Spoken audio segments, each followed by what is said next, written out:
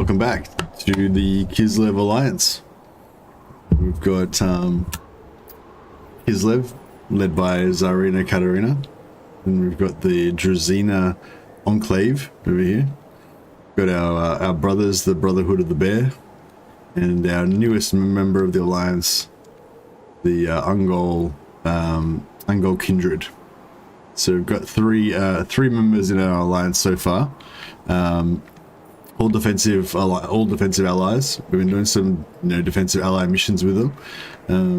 We want to extend our alliances out to the Empire at some stage. Apparently, our friends actually gets wiped out really early, quite a lot by Scrag. So if we could send a little mission down there to try to save him, that would be pretty cool. Yeah,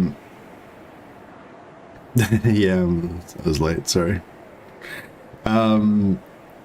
Yeah, so that's kind of what we're up to. Trying to play the alliance game, and just interact with the AI a bit, play a bit more of a diplomacy style campaign. Yeah, and we're also, we're still in the race with Castelton to try to get to 600 followers first, so we can confederate Castelton. And yeah, that's what we're up to. How you going, everybody? Hey, Nicholas, C-Dash, Anon, Spartan, Rengar, Andrew Tobias. Welcome all. And where are the war sleds? We're kind of close to getting war sleds, actually. War sleds are actually pretty good, and I think they'd be really good with healing as well. So we could even maybe see plus 15% range on the ROMs might be good too.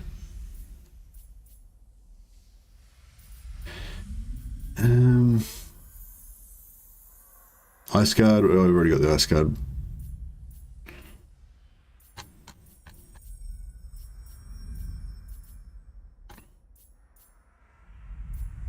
Trying to think what we're going to get first. I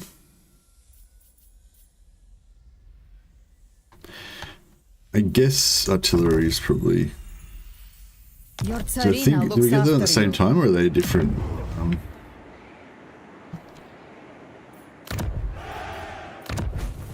So, little Groms. Where are we? Heavy war sleds, little Groms. Yeah, so we're kind of like they're both. I don't think I want the light war sleds. I'm not sure.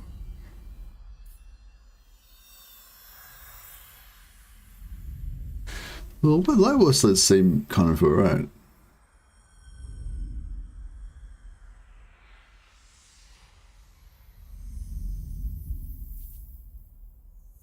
I don't know, maybe the light ones are alright, they're actually faster. Little Grom artillery. Yeah, I think we want the heavy. Need to build those buildings somewhere. War bears, yeah, I want some war bears. I think war bears, little Groms, and also heavy war sleds, they're all like kind of low entity, high health, tough kind of units.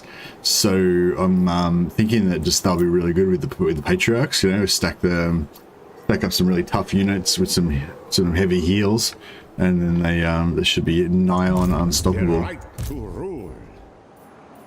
I think we're pretty much done here.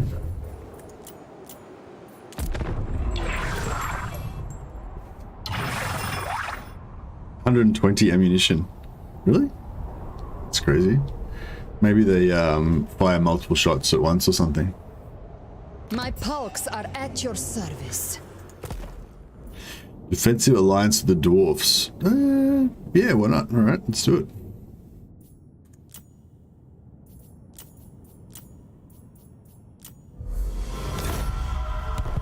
I'm just gonna ally with everybody. We're stalwart. We're stalwart allies to anybody who wants to be our ally, basically. As long as they are not chaos. For the skies, minus 20% cooldown for Law of Ice spells. We don't really use Law of Ice much anyway. Recruit rank for Snow Licker.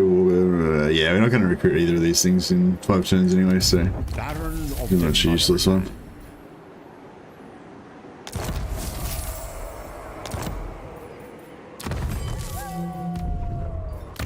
what dominates. Oh, so we made it to 100 first.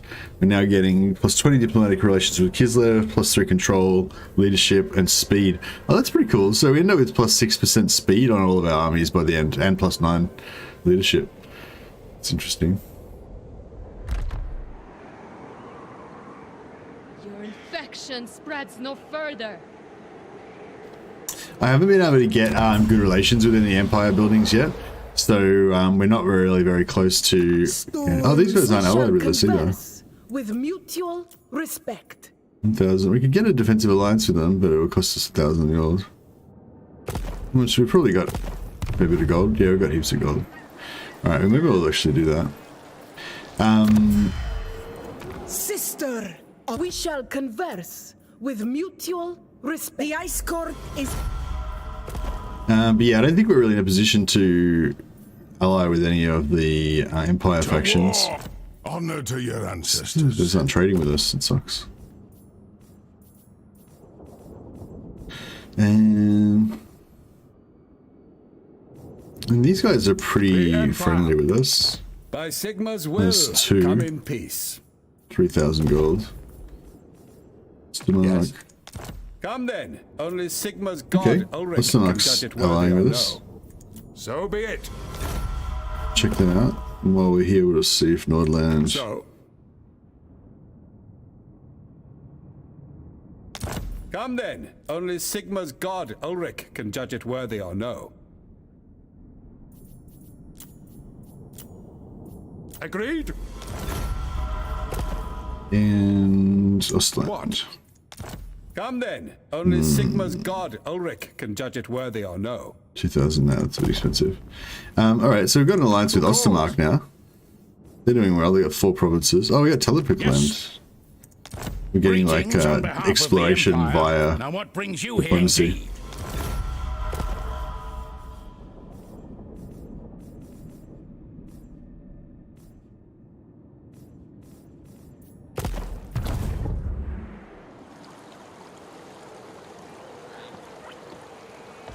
Beards and belts, indeed.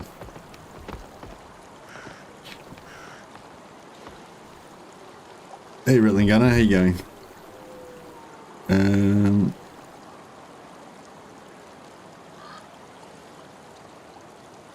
Did you watch Legends Disaster Battle? No, I didn't see the. I only just woke up. That's my battle, yeah.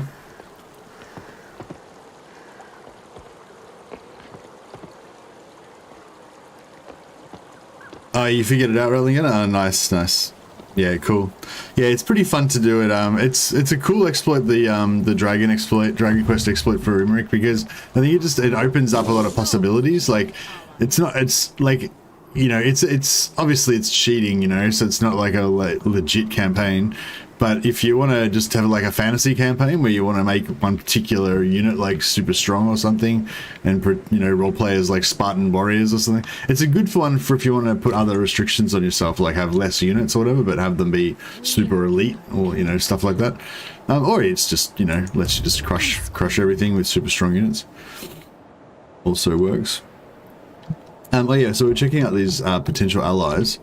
Ostermark. Ever vigilant. So nothing there. They got cavalry and blacksmith.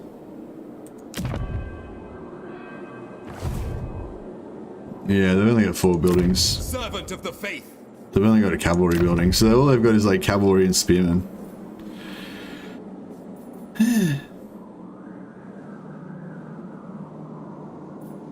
Yeah, they're not very good allies. Oh, wait up.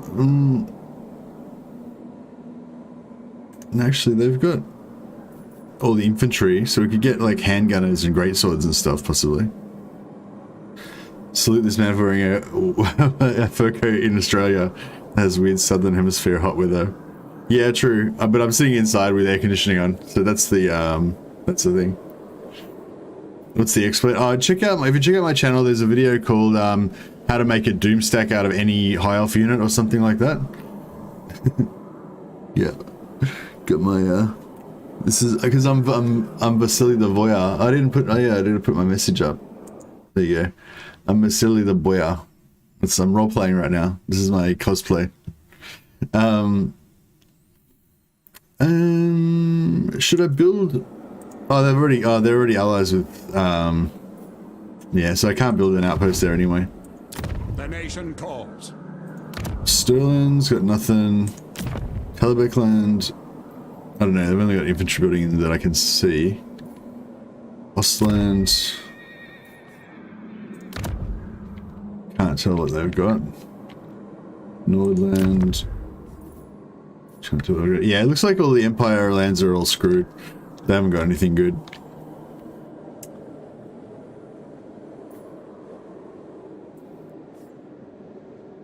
I thought it was a cat on my neck. White Line Doom Stack video, yeah, and that was the White Line Doom Stack was another video that got was another one that got featured on Legend of Total War's channel as well. He did a Doom Stack video about it as well, which was really fun. The video of his video of it's really cool as well. I don't know if it was just because it's my Doom Stack, but I really liked it. All right, so I don't know. We could go up here and like finish off these guys. Well, I guess we've got a job at the moment. We're trying to close these rifts, right? So we'll do that first. Take me there. Your time has come. We'll get Katarina back in charge of her army again. We need a little bit more devotion so we can get our thing going. Oh crap, we need to use our devotion to get this rolling again. Which to be? She's buffing growth. Here, 3 turns. Okay. Hearts of ice. So we can build some Zargard. I don't know if we actually want any Zargard though. I kind of like the shielded armored Kossars. They're kind of cool, I reckon.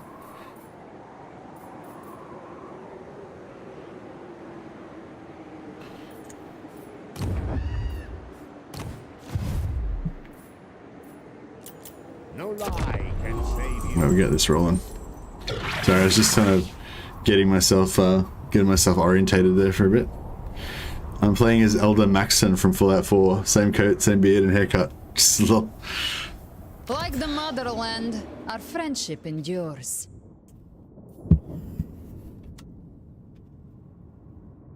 Are you gonna go after Boris? Yeah, well, I'm gonna try to, well, actually, I don't know if, I was wondering if you can unlock Boris by War Against the Vampire counts.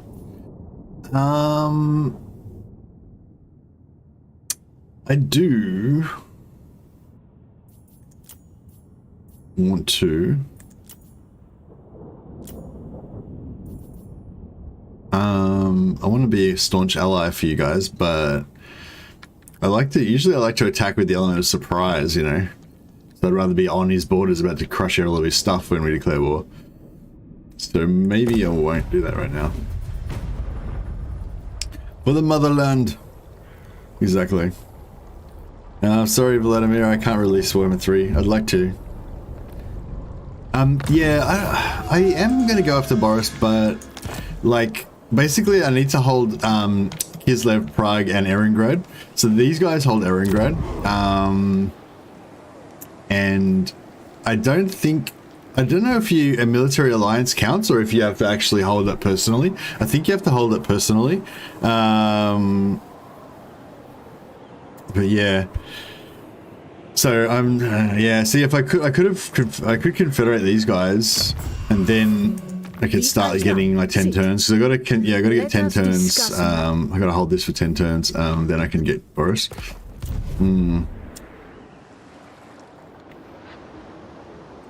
I do not think so. Oh shit! We got chaos forces rampant in our lands. I wonder if our oh shit. Touch Noggle Harolda. Okay, we've got invaders to deal with. Your infection spreads Zarina's no trying to catch further. up, but she's still pretty far away.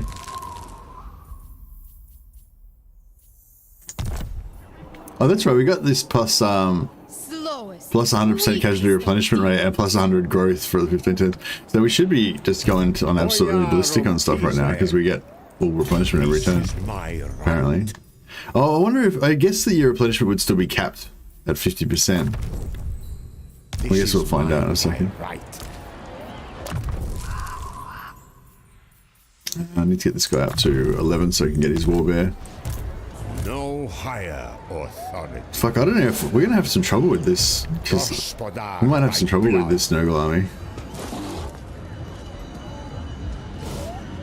They're probably gonna give us a plague as well. Let's do this. Hey Christian, how you going? Special effects aren't capped. See Thrott's 200 replenishment for monsters, etc. Oh, okay. Cool, cool. The Nurgle army is super slow, yeah. I'm just thinking that they're just going to absorb all arrow fire though, because they're kind of tanky. But they don't have the...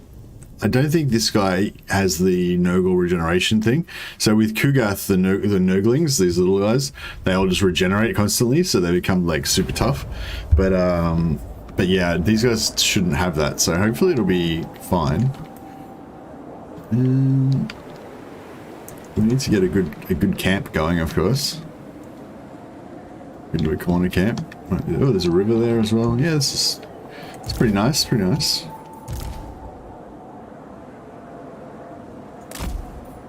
Might actually put our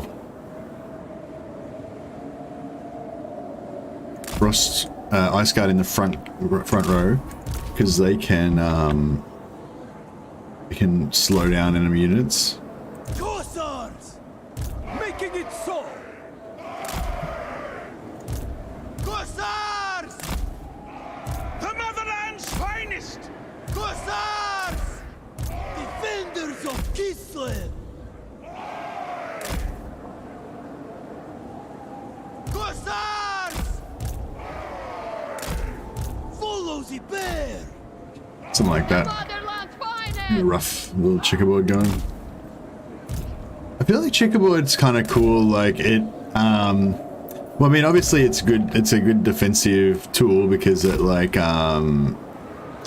gets your. Land is power! I mean, you can use your frontline as tanks once they get too close.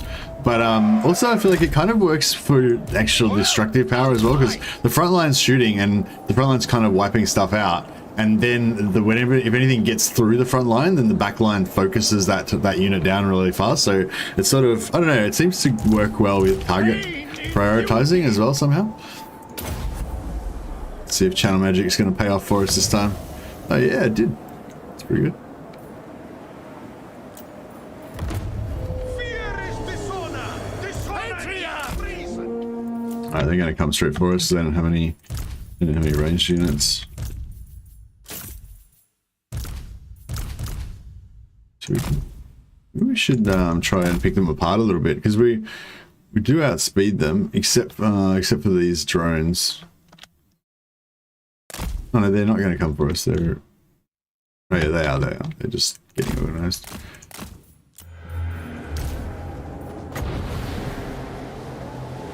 Daughter of ice. Yeah, I shouldn't have bothered with that.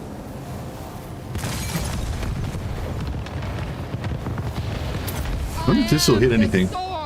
The bounce spells, it's free. I think it's gonna just miss. I don't know, just did a little bit of damage. Took out like one dude. Penance! No, I didn't. It just damaged him. Let's see if we can get another. The power of winter. Yes! Nah, it's not gonna hit anything. Patriarch!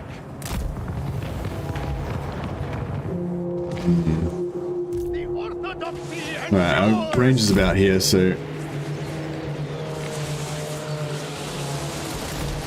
is my path!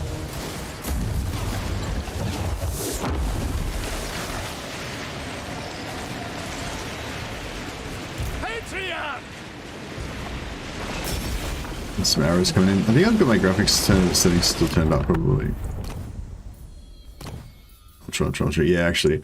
We'll just turn this down to high. Actually, what does recommended do? Yeah, high. And put unit size.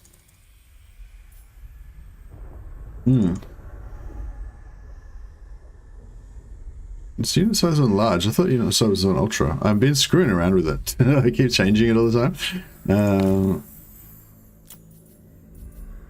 Turn VFX down to medium. That should be a bit better. And yeah, we're playing on ultra, but yeah, apparently we can't change it mid-battle, which kind of makes sense if the kind of the units popping up. I must have can't change unit size mid-campaign, remember. I must have had it on large from the start, yeah. Damn it, okay. That's okay. Yeah, I didn't even notice that it was on small units, yeah, well, large unit scale. Oh yeah, they should be 100. For Kislev!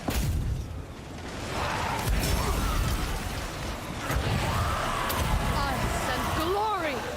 These Nurglings are kind of, they're pretty tough considering they're like just bargain basement infantry, you know? You'd think that they would be less, like they would die a lot faster than they do. I mean, they're going down pretty well. Obey! Obey!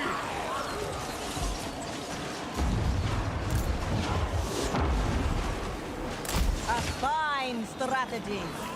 Yeah, this is all, we got this under control. For the Orthodoxy! Blessed by the Orthodoxy! Feel the breeze!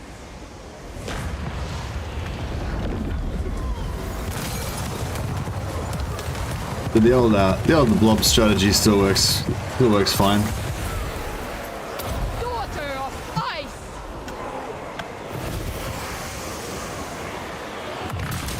Pain is beauty! Retribution!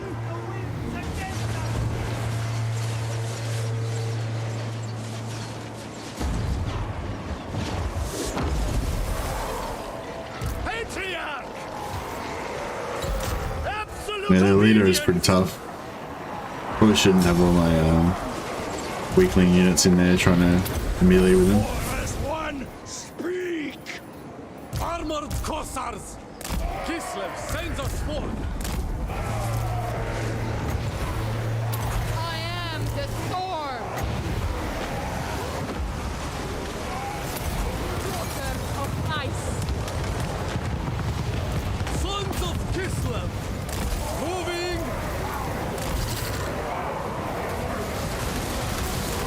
Moving!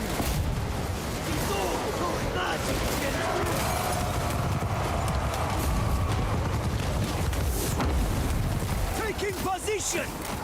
Go with honor! Taking Oh, yeah, we go. So we did a little bit of damage and we got out scot-free. Didn't take any no casualties, so that's pretty good. Armored Cossars!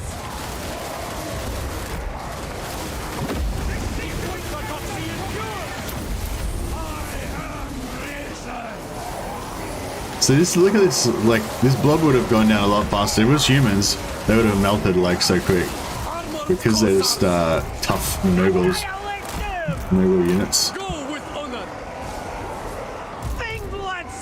I think we got a good charge there. We'll just change our mind about that. We'll just get the back out. But yeah, see, Cav are kind of cool, aren't they? You can kind of get them in there and do some damage, get out again. My faith is power! To battle! Land is power!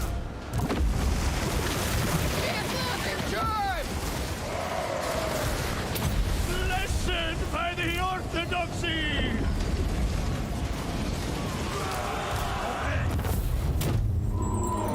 I had some dwarves on lonely. I've already got oh yeah, actually Cracker Drac.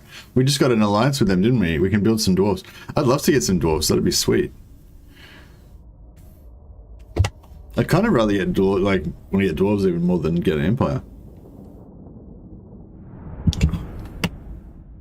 Some rocket storm batteries would be pretty good.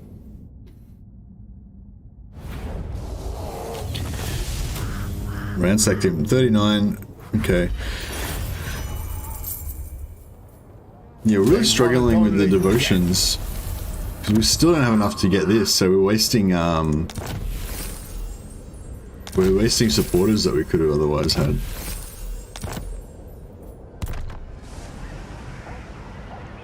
Goya.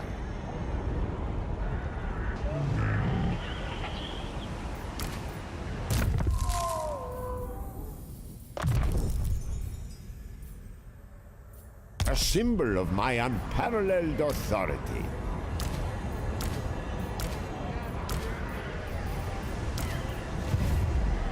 Kislev's chosen.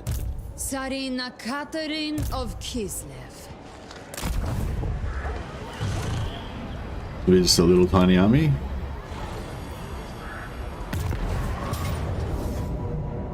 Yep. Hope Crocodile becomes its own thing. Yeah, I mean, there's a good chance. So a lot of people seem to think that they might move Grombrindal to be the Lord of Crocodile. Would you rather recruit tanky longbeards for frontline or ranged dwarfs for the crazy range damage boosts? I don't know. Yeah, that's a good pull actually. I think I would mind just getting like one unit of Thunderers or something. Just like mainly for the role. Like I don't need them. I just for the roleplay reasons basically. Because I had these armored Cossars before with shields and pistols. If I got Thunderers, they'd be like even better ones. They'd have shields, armor, and longer range. So they'd be like, you know, even better versions of armored Cossars.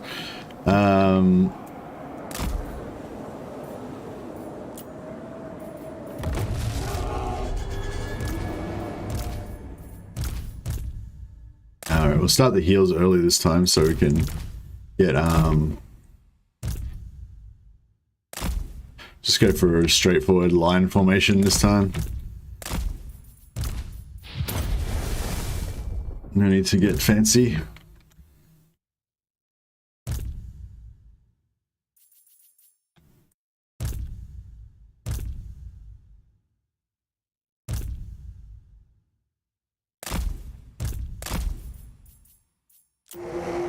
Prestige beyond compare. I am risen. Power unquestioned. Follow the bear. So be it.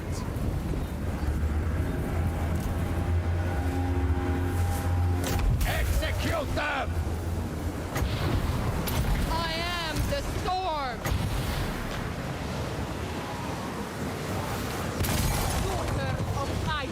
You're actually able to recruit Iron Breakers, that would be crazy. Actually, yeah, I would like to get some Iron Breakers, that would be pretty crazy. But no, the other thing I was thinking of getting would be the Iron Drakes. I guess we'll just see what they've got, and because they probably won't have a very good selection. So we'll just have to see what they've got and, you know, see if there's anything that was worthwhile getting. The orthodoxy endures. And hopefully keep everyone kind of topped up with heals this time around. Obey. Obey.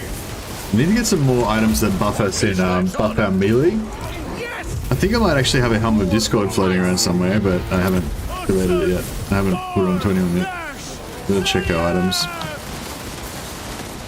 I do love these armored Cossars just because they have firearms, so you have that kind of gun sound going. Feast of Kislev. I like the gun sounds. By the orthodoxy. Alright, that's about as much healing as we're gonna get. Moving. Conveying my authority. At the forefront. Alright. Let's just try and let him live for a bit longer. We might get one more heal. Oh, we aren't gonna get another heal. Is duty. Isn't it Born into melting? Yeah, we're not gonna get our heal in. Come on, buddy. Hang in there. 14 seconds. Give me a heal. power. For Kislev. Oh, he nearly caught us. Enjoying Kislev? Hey, Katarina. Yeah, I really am. I really like Kislev. They're my favorite faction. They're pretty cool. Took a day off on release date just to play Kislev. Oh, good man, David. Yeah, that's definitely my style as well. I usually take a week off when if a really good game's coming, like if a game like a Total War game or something, like where I know I can just immerse myself in it and play a campaign like non-stop for a week or whatever. Then yeah, that's one of my. We don't tend to like go away much or anything, so I tend to have lots of leave saved up. So yeah, I quite often take a week off when there's a good game being released. And then it's called the Week of Mercy, and I tell my wife she has to leave me alone. Goya. We could still keep trying to farm up some good Frost Maidens, I guess. And actually, maybe we'll do some Switch Lords as well. Because we've got all that money from Slanesh, so we're sort of burning a hole in our pocket. Bow to me. Alright, so we're going to deal with these armies. Yeah, I guess we got to deal with this other Renergal army here first. On your feet. Where the hell these guys are going? Stables, barracks, good. So they're still at war with this guy. So he's going to end up taking over Hell Pit now. Oh well, I guess we're going to lose them. There's no way of really saving them except by going to war with Castalton. So that's unfortunate.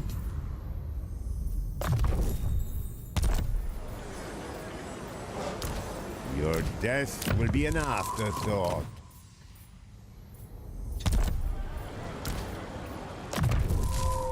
This guy's one level away from getting his war bear.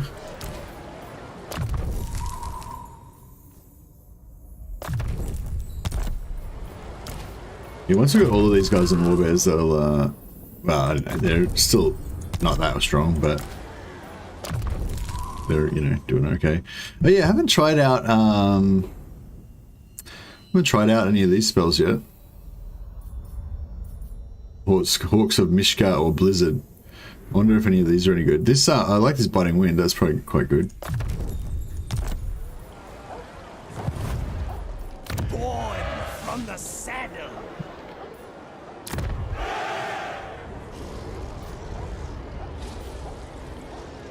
Yeah, start him next turn. I'll pop that other ability, and then we need another 38 replenishment to get that. So I'll try and build that next turn. Frost Maiden. March onward.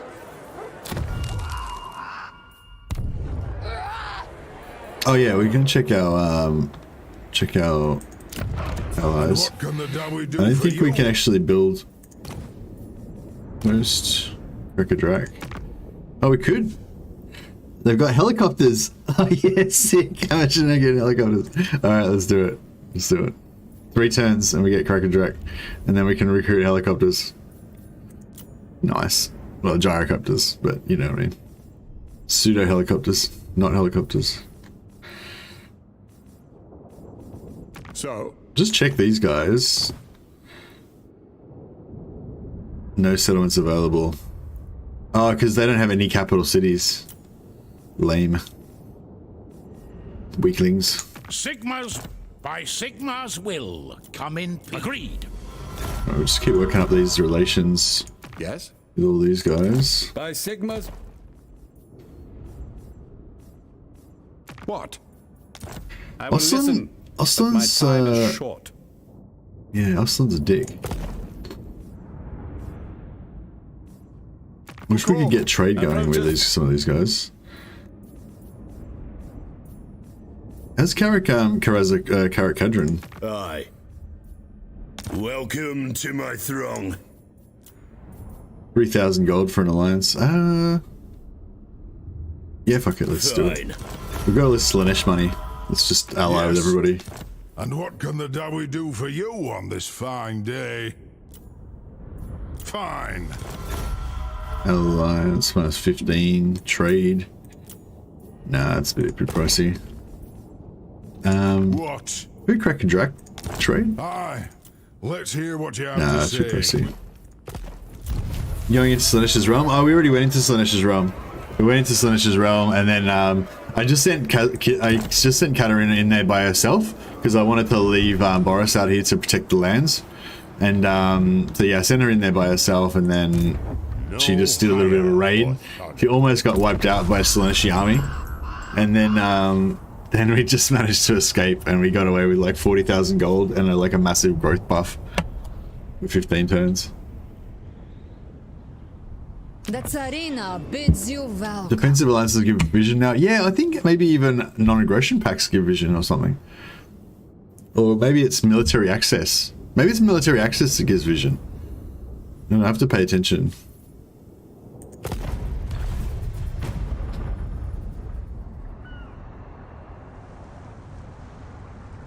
Oh yeah, I noticed there's still sea treasures. Somebody said that there's no sea battles anymore. I don't know if that's correct or not. I haven't had any sea battles, but yeah, I don't know. Have CA been patching out bugs you're finding in this early build? No, I don't think so. I did a video about the Nurgle plagues, and they don't seem to have done anything. They haven't patched anything with that. I don't know if it's a bug or it's intended or what, but yeah. Dame Offensive said she got a Dark Elf sea battle. Oh, okay, then yeah. It was one of the streamers said that they didn't think there was any battles, but they probably just didn't know what they were talking about, I guess. Hey, Lemmy Winks came back with some Slaaneshi furry handcuffs. Nice. Alright, so there is still sea battles. There we go. Dame's confirmed. Oh, here we go. We can go and rescue our allies here. Kislev's chosen. Just in range, yeah. I hate how you can't, like, deselect your movement sometimes, or it gets into that weird mode. Alright, she's nearly there. Never yield. Baron of the Motherland.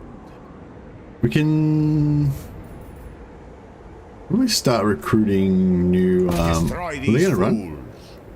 Oh, I forgot to move her out of the way. We know this code.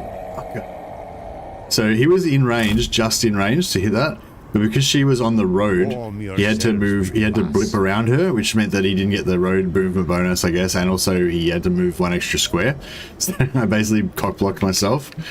So that was pretty crap. I should have put Katarina. I should have been sitting Katarina in one of the capitals. I just realized. I'll just sit her in Prague to get rid of her mega trait.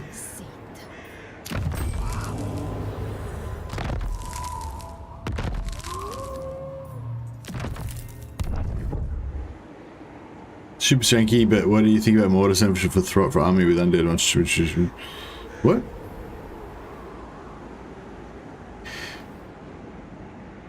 Yeah, you want me to ally with Throt and get him? No, Throt's dead. I wiped him out.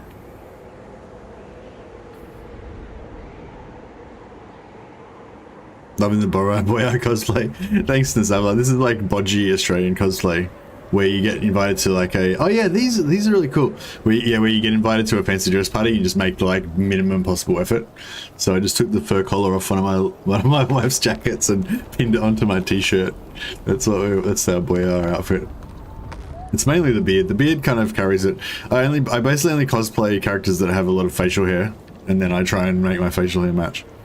The Frozen Falls. While Boris's body was lost at an unknown crossing on the River Linsk, legend has it that the Motherland spirited his body via the current. He was found years later, encased in ice at the Frozen Falls. There you go. But yeah, there's these little, I noticed this in my Chaos campaign, there's these little eyes around that you can click on them and it tells you little stories about, like, the places. I don't know if it's like a quest location or if it's just like a new thing that they have where they just have like historical information. Maybe it's like a quest location that hasn't popped yet and there's going to be a quest there later on. Yeah, you just basically move into a capital city and sit there for a few turns and then you get rid of your nega traits. Well, it's only for chaos nega traits. I don't know if, oh, here's another one. There we go. The Shrine of Ursin, an ancient enduring symbol of the courage of the Kislevite people. Since Ursin's absence, the bear cult's influence has lessened as the Great Orthodoxy affirms more control over the holy site.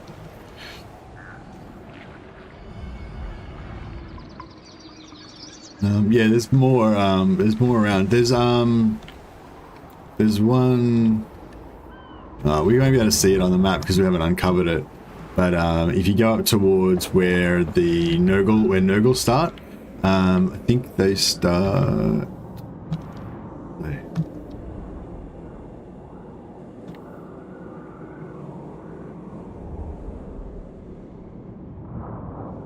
No, I'm completely lost.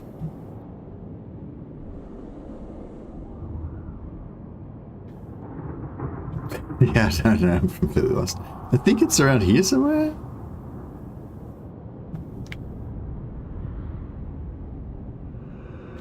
Yeah, I think it's around here. So, yeah, so if you go south from there... Oh, I'm fucking completely lost. Oh no, here it is there. No, that's not it. Gluttport, yeah. Yeah, if you go down here, it's around here somewhere in the Ogre Lands. There's another one. There's a little eye. Our location aren't landmarks like they used to be in previous Total War games. Oh, really? Maybe they are. Maybe there's a landmark. Maybe there's landmarks in those situated places, or there's quests there or something. Let's see. I'm not sure if there's like if they indicate that there's a quest there or something, or what they indicate.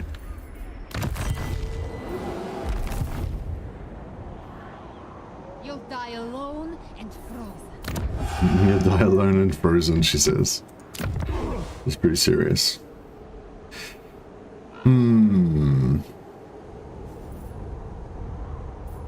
Yeah, we need 3 more. Fuck. See, if we could have got this battle this turn, then we would have been right. Winter's call. Back to the road. One more turn. Yeah, as soon as this growth pops... Actually... How much surplus do we need?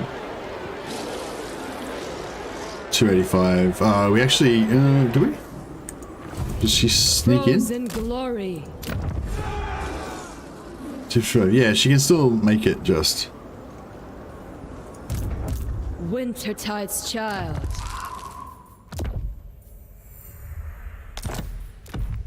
Whoops. What'd that happen? Blizzard's embrace.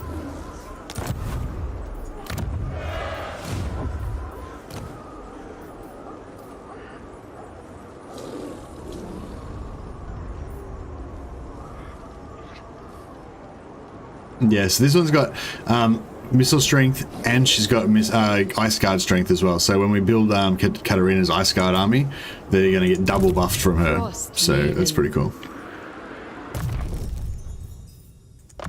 So we'll start leveling her up, and also because she's a low level, she can get us more. Well, we kind of need these guys, don't we? Slowest, weakest of these. She's gonna level up. She's gonna level up. Yeah, alright. So we better leave them in there. All cold is bound.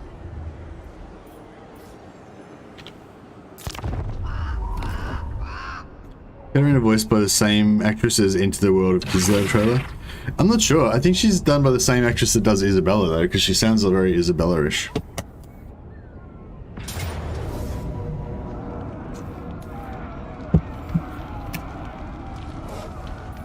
Oh, cool. Oh, that's cool. So we actually made it in time to be able to help out.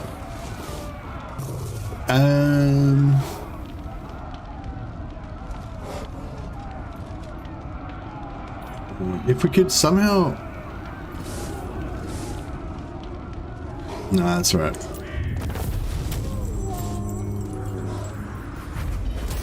We know no fear. He dragged you in, yeah.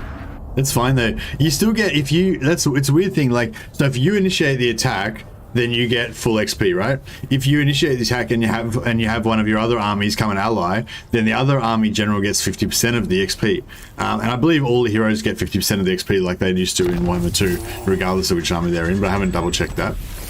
But if the enemy attacks and they draw you in, then you still count as like the main army for your side, I guess, or whatever, so you still get full XP. So yeah, it's very, yeah, I'm pretty sure that's how it works. So yeah, if you initiate, you get full XP. If your second army will get half XP, or your second general, but if the enemy, if one of your allies initiates and you join in, you still get full XP. So it's kind of like works out good.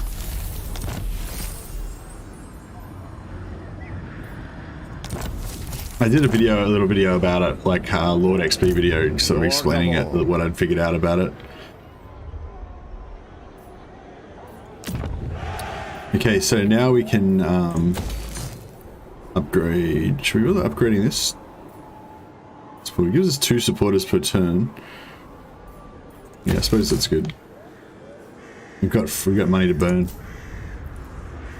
Yeah, I don't think it's worth going up to 3 though, because it doesn't give us any extra patriarchs, doesn't give us any extra supporters. It just gives us like a bit more corruption negative. I feel like this Orthodoxy Cathedral is a bit of a waste. I don't see the point of that. Alright, finally we can build some of those. I don't know, I kind of regret building this growth building now, because I guess it is still good to go up to tier 5. Did you manage to play through the prologue tutorial? No, I didn't know. No, I'm just gonna watch it on somebody else's thing, I think. Hey Axiom Razor, how you going, man? Welcome. Best traits of Kislevite heroes. I saw a legend highly valuing Strongholder, but only works in your own territory. Oh, you mean for the boyars? Yeah, none of them are like particularly great. But yeah, a Strongholder only gives you +5 melee defense in your own territory. That's probably one of the better ones. Kislev's chosen. Advance for Kislev. None shall question me. It suits my purposes. Actually, can we get this hero? You are repulsive beyond reason. Yes, we can. Boyar of Kislev. Move or die. Oh, actually, we want to go for that one next, probably. So I kind of went the wrong way there. But that's okay. I mean, we want to get these heroes in, so Frost Maiden. it's fine. Bow to me. Ice Queen of Kislev. One land. Follow your queen. The Ice Court shall provide. Stamp out chaos.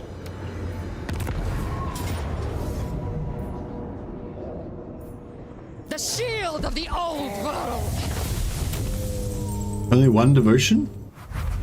Yeah, so they melt. I think you get 1 devotion for every 10 captives. So Norscan armies are really good because you get a massive amount of captives, but for these armies they all melt, so you don't get to capture them.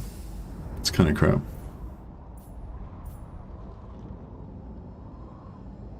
This cat nearly died again. They are no. Piece of shit. Hey Daniel Spinell, how you going? Nice sword and jacket. Fitting the theed well. Thank you. Got the you got the sword on the battle throne, on the battle throne mount. Discipline's good. Yeah, discipline's always good, but I mean you don't really use melee that much. I think discipline's probably good for a bear cav or whatever. Defy chaos. But the traits that you can get on your Frost Maidens is where it's really at. Like if you want to go bear cav, you could go melee. Yeah, you get a melee buff for all units in your army, I think. Kislev endures. She got it. Cavalry. Yeah, so you get cavalry focus for your bear cav +10. Missile strength, you can get the other version of missile strength is you can choose, instead of choosing ranger, you can choose melee. So you get like +5, I think it's +5% melee strength, and then get cavalry focus as well for your bear cav. So you'd have like extra damage and extra charge. And I don't know, if your third one, you could just go for something else. Go for like a bound spell for her or something like that. Why no Asgard stack? I'm just building the building now, Craig. I don't have the building yet.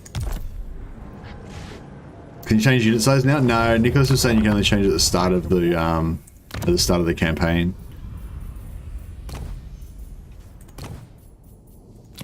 Oh, apparently you can. Next time a campaign or battle is launched.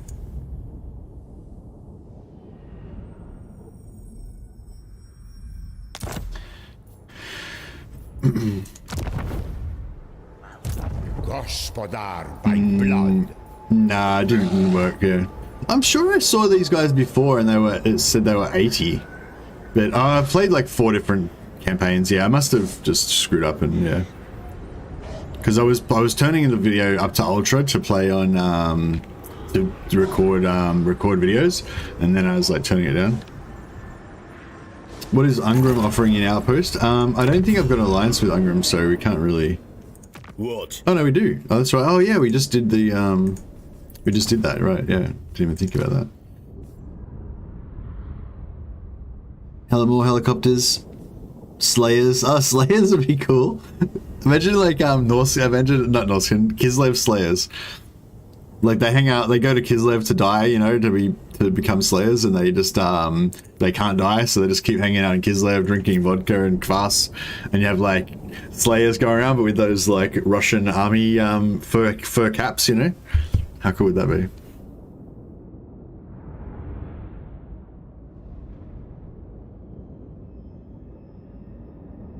Angry actually for Slayers, yeah, for sure. Have we got any other Brotherhood of the Bear?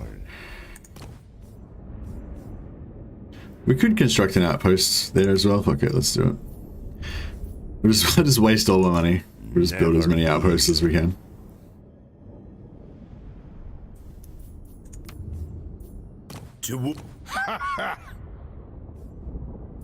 It is time.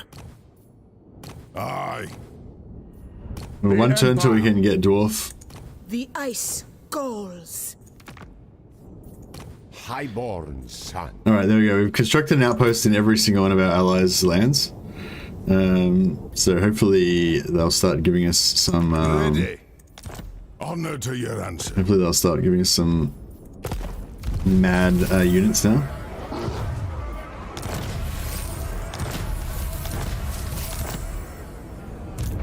Lord of all. So she's got Magical Warrior, which is pretty shit. No, it's okay, but yeah, it's pretty good, I guess.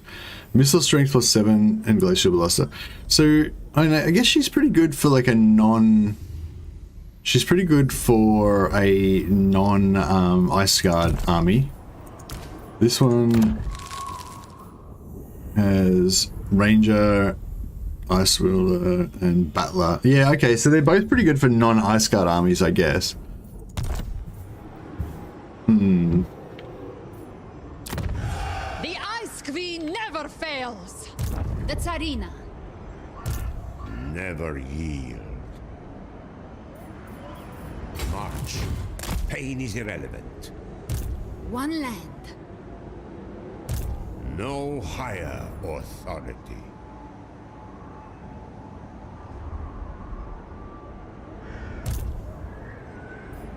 Kislev's victory was always Oh certain. man, screwed up here. I can't get her out now.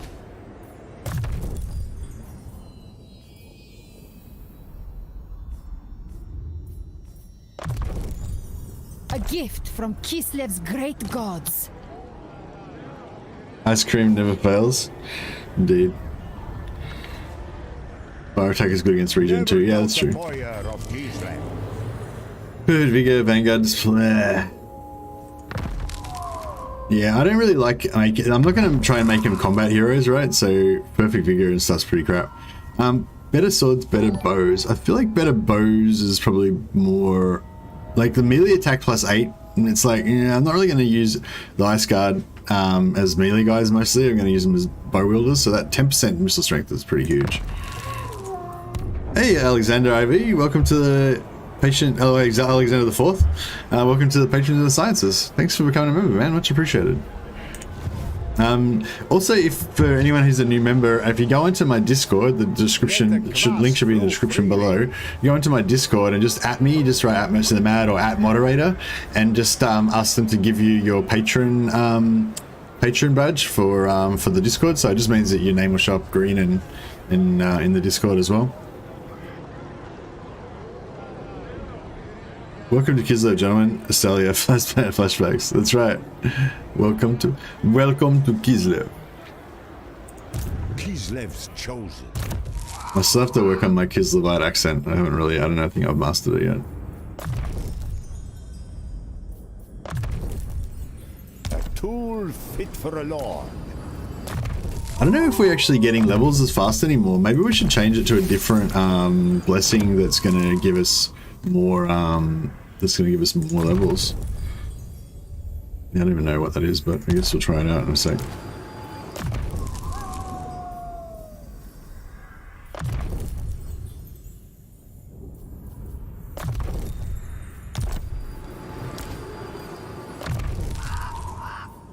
Actually, I don't know if I want these. Yeah, no, I don't want these anymore. Screw it. We'll get rid of these tired old frost maidens and get some new flashing ones. And missile strength, perfect vigor, weapon strength for infantry. No, that's pretty crap.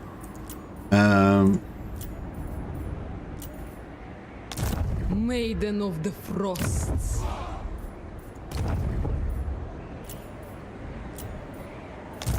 Frost Maiden. These ones have got double. I am Kislev's daughter.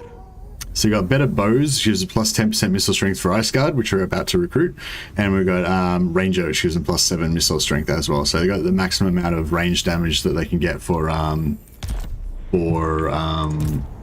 Frost Maiden. Ice Guard. And they're still enough points. They come out with level 4, so they got enough points straight away to become good damage dealers. And that way we'll have some low-level characters that will level up fast and get us some more points. Get us some more supporters. We're still in the lead comfortably, but yeah. I don't even know what happens if he beats us there. I don't even know if it matters if he beats us to the end. I know that we had a quest to beat him to 50, which we did already. Baron of the Motherland. What if we didn't bother uploading this? Yes, I don't feel like I really even need this anymore. Let's just trash it. See, I had to waste a devotion to build it though.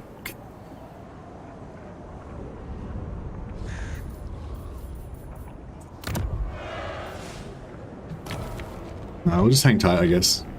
How long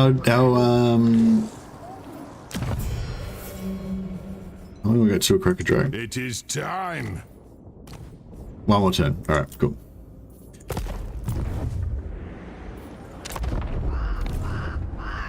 Load hero, yeah, that's the load hero mechanic. So you can basically get a good hero that you want with the traits that you want, and then save it, and then reload them into the map. I've got a video I'm about to put up about it. I'll put it up after I finish this stream.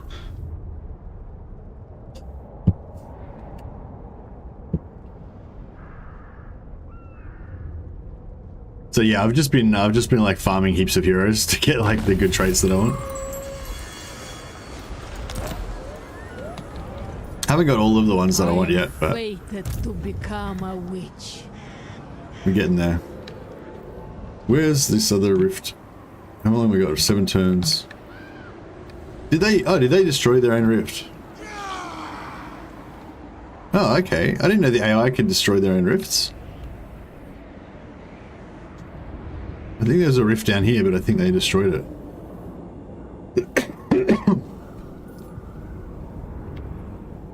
There's a couple down here.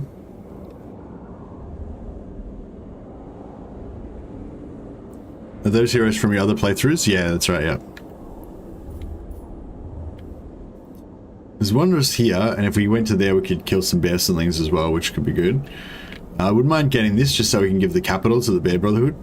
I wouldn't mind going down south though and getting involved in the Empire's business. I draw strength from winter. No rogue armies roaming around. Alright, well maybe we'll just send the army back and collect all the heroes. Bold strategy. Roll out.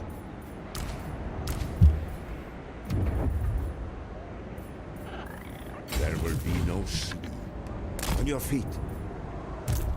I control the frosts, gifts of winter. Gospodar by blood.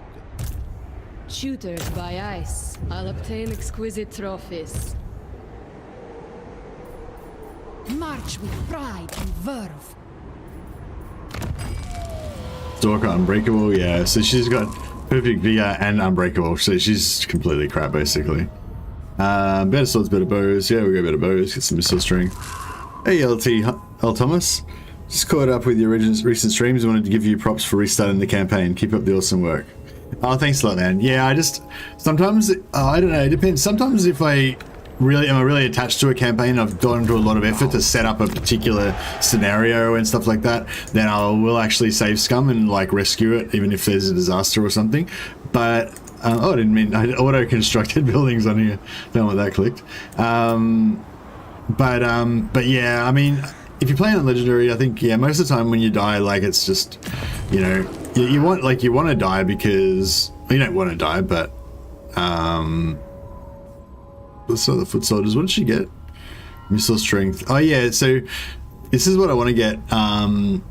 This infantry plus 7 weapon strength for infantry. So if you wanted to get like a perfect ice guard one, then you would get better bows plus 10 missile strength, infantry blessed are the foot soldiers plus 7 weapon strength, and you get rangers, which gives you plus 7 range damage as well. So they'd have 17% increased range damage and 7% increased weapon strength, all on your ice guard. Just have a whole stack of like beefed out ice guard. But I haven't got a perfect one yet. I could have had one, but I chose cavalry accidentally and stuffed it up. I just thought of something. What if you change the name of the saved hero you can recruit? Can you change it and save it and have 2? Yep, that's fun. Sure can. That's why I've got a fuck ton of these dudes. Yeah, you can dupe them.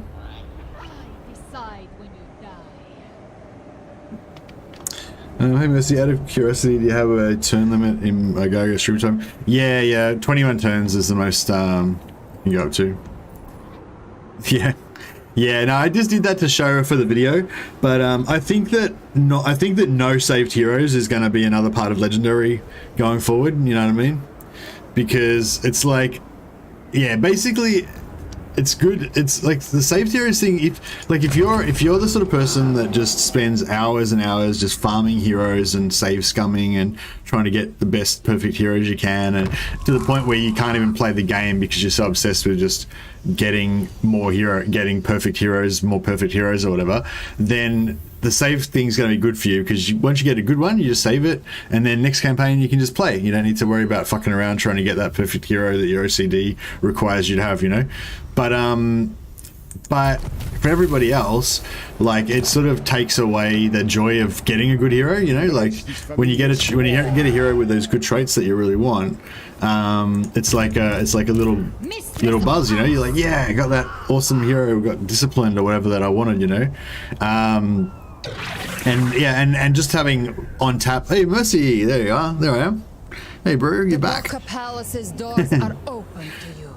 I was gonna say, yeah, so it's like, I don't know, it's like a lot of these things, like they give you something, but it actually takes something away, you know. Like you get to have these perfect heroes, but that actually kind of removes that joy that you get from getting a good hero through random chance, you know what I mean? But yeah, but for certain people that, like, you know, are kind of obsessed with getting the perfect stuff, or if you're trying to set up a particular thing, like if the whole point of your campaign is to make a super buffed army with, you know, whatever, then, you know, it's just going to save you time and it's going to be good.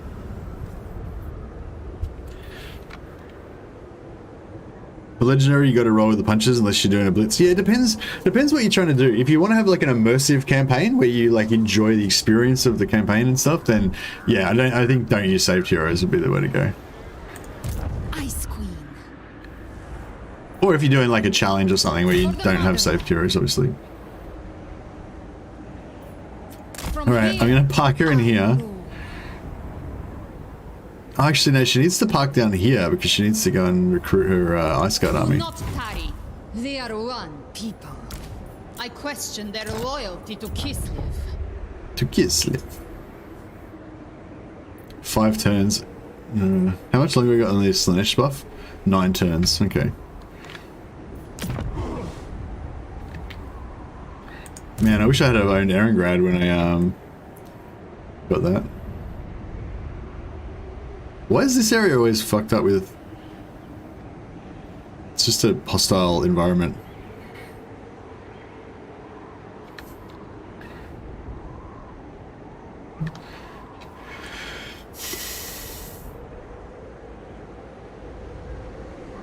We can probably beat it even with a busted up army, I guess. So it's blue if we go there. Where's blue to there? It's extra turn. Yeah, it might... actually, no, we better maintain our health, I guess.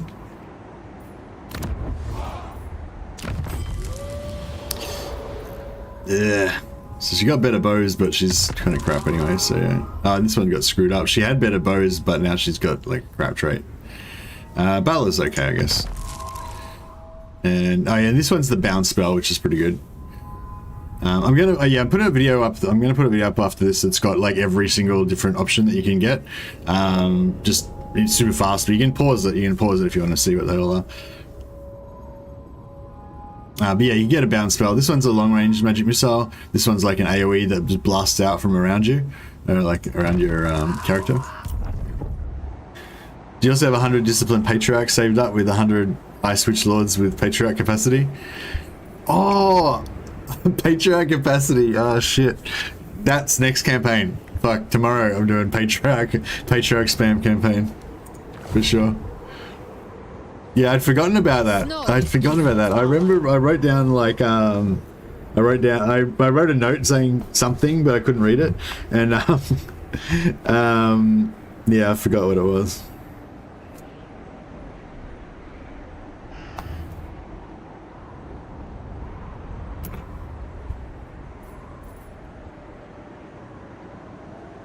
Do you have to pay to add mages in the Ice Court mechanic? You have to, yeah, you have to pay when you first put one in here. I think it costs you like 1,200 gold or whatever. But you, oh no, actually no, I think you pay when you get them out of here. No, yeah, you pay when you first put them into the Ice Court. Embrace this welcome call. And I think if you load them from saved, you have to pay as well. Nice feather behind you. Do you practice HEMA? Hey, Rokalith. No, I'm not practicing at the moment.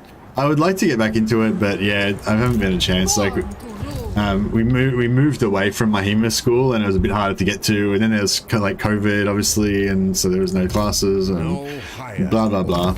So yeah, now I'm a non-practicing HEMA person at the moment. I would like to get back into it, but.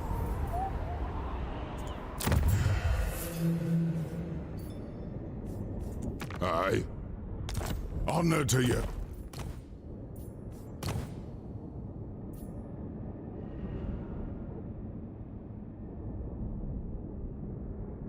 From the faction's local recruitment. So do I have to go there to get them, or I haven't actually done this before. Baron of the Motherland.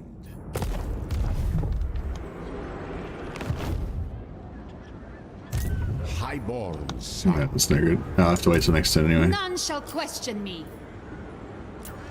Oh, okay, cool. I'll let a recruitment in a garrison or in camp stance. Okay, cool. We'll check that out next turn. Okay, so we've got Pathfinder. Probably get the war sleds next. I kind of feel like these should give you something else apart from just the capacity. Yeah, like something else apart from the training slot for the lords, because you only really need one, so I don't really know what the point is of having two. I guess just so you can farm them faster.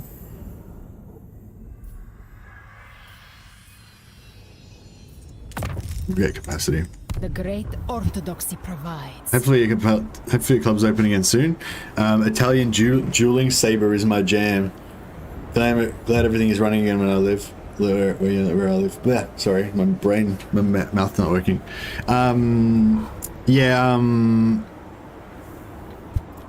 Saber. I've played with a saber, like just briefly, but yeah, I never trained with it really. I trained.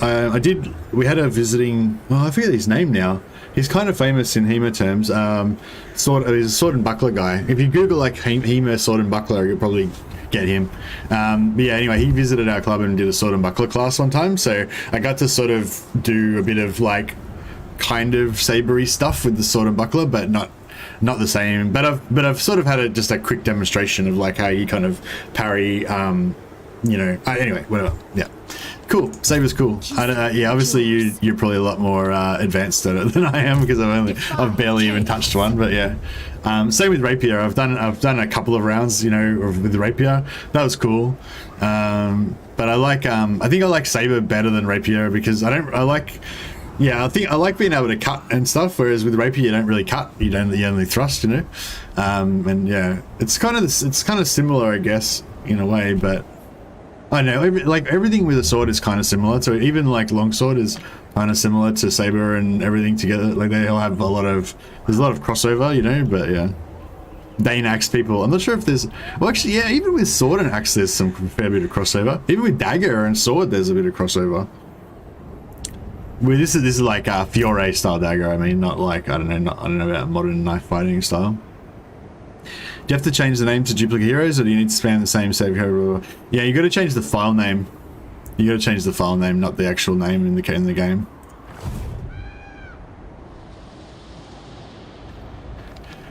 It's just in the folder, like where your save where your save files are. Just in the same, yeah, in the same like a group of folders. There's a folder that's got all your character saves.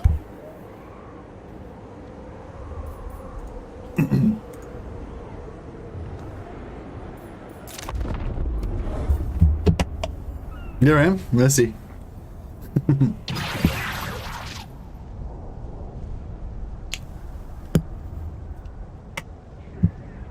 Yeah, it's just a save file. You know when you back up your saves? You just back up your saves for your characters.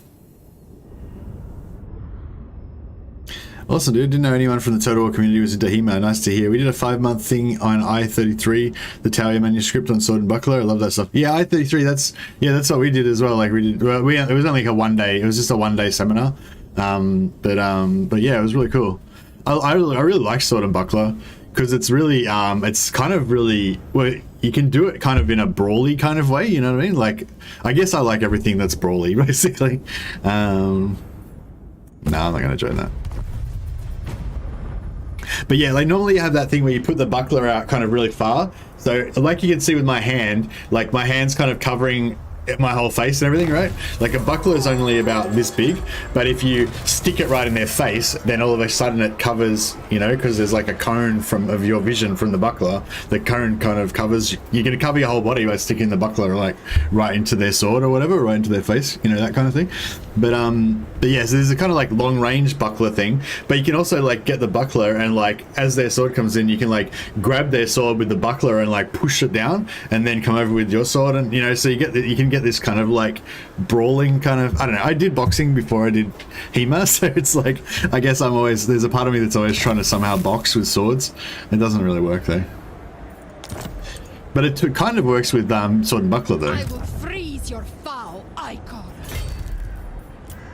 Check it out, we got dwarfs. Oh, okay, so it spends allegiance points. Oh wow, this is cool. So you don't actually spend money to hire them, you spend allegiance points. Should we get some choppers? Get to the chopper.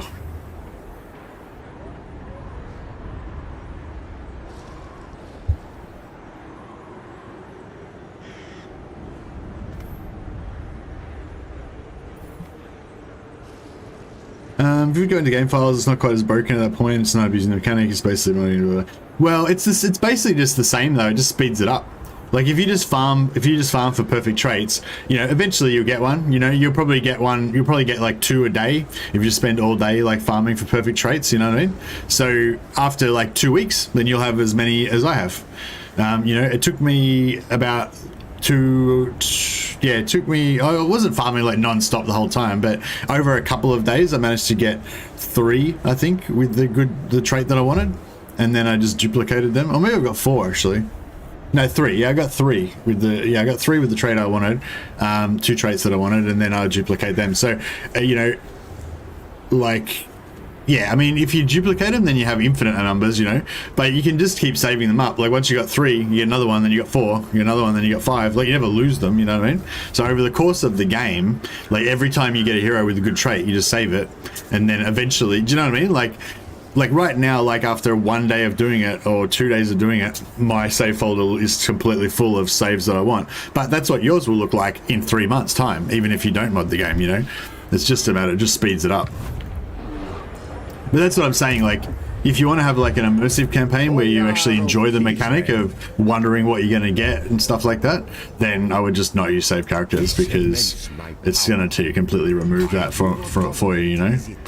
But if you want to have like a very manufactured campaign where you control every aspect of it and you have like perfect, you know, you're going for some sort of perfect fuck, they destroyed this one as well. Damn it. As weak as you are putrid.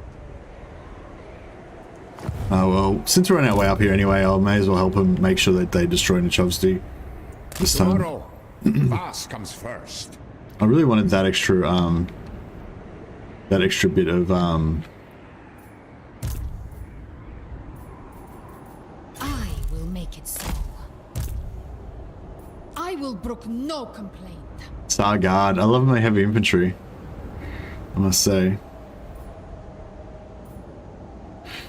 But we've got something even better now.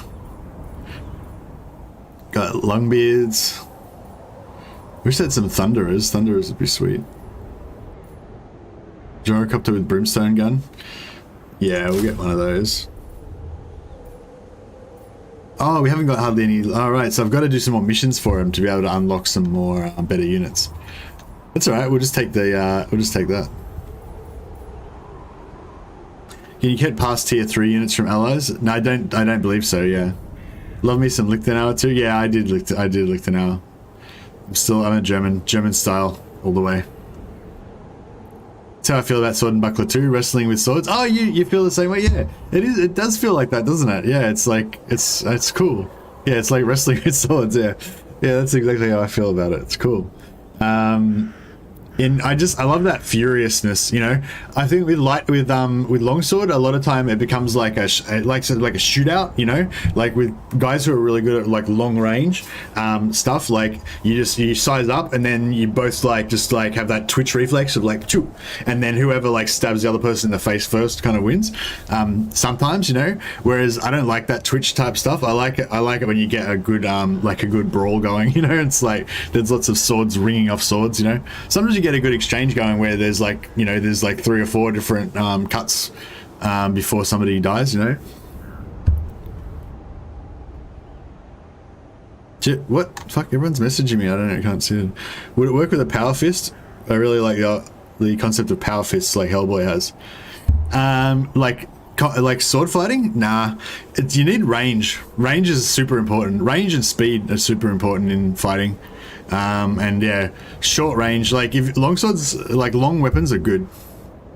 Like spear beats sword like 99% of the time, because of the speed and the length.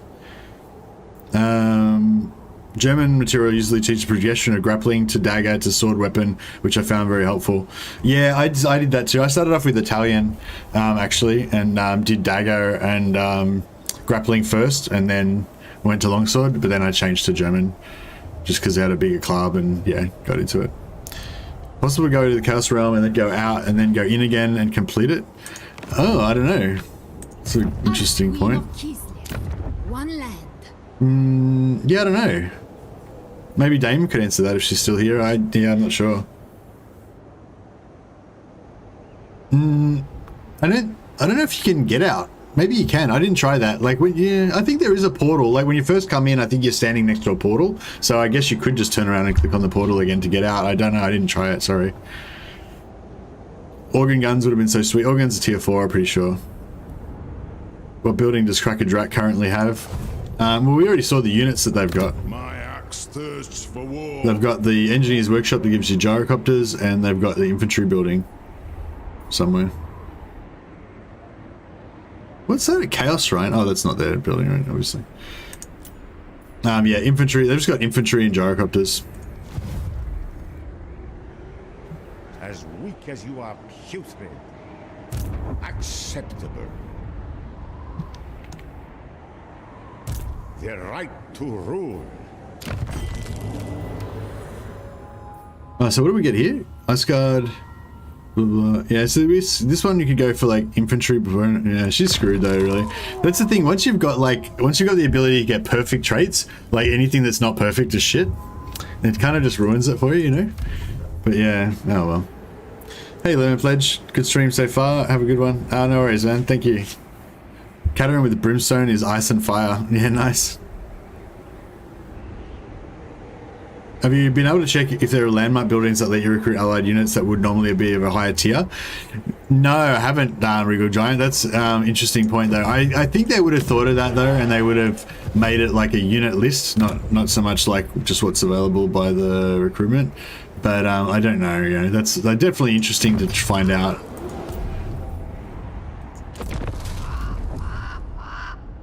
There's Mercy. Where's he going? Mercy, come back.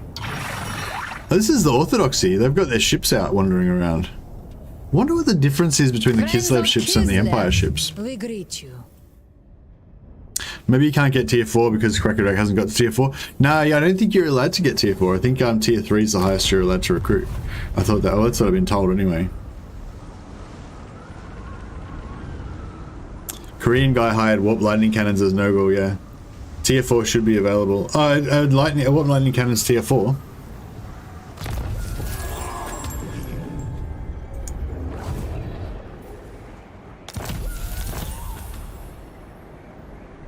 I thought warp lightning cannons were tier 3.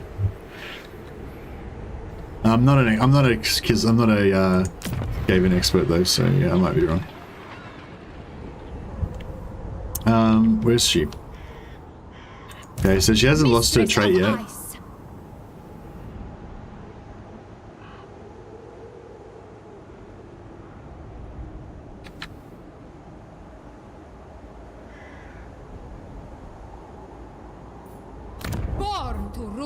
Alright, if she just sits there for a while, she should eventually get rid of that trait. Check it out, we got gyrocopters. It's pretty hot. Okay, so I think we're slowly getting, so I think we get 1 alliance point per turn maybe just by hanging out. Kislev's chosen.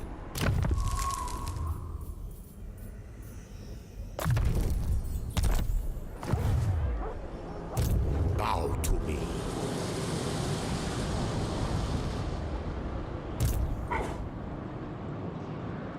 I might actually just go in force march. Oh shit. I'm gonna take attrition.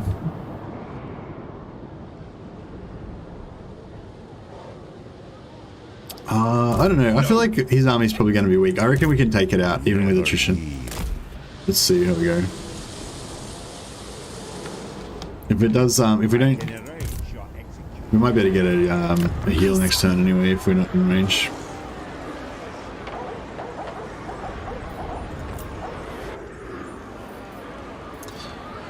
Alright, so we get more income.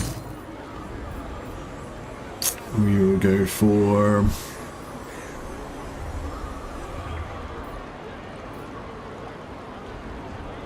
Well, that's good for capacity for Patriarchs.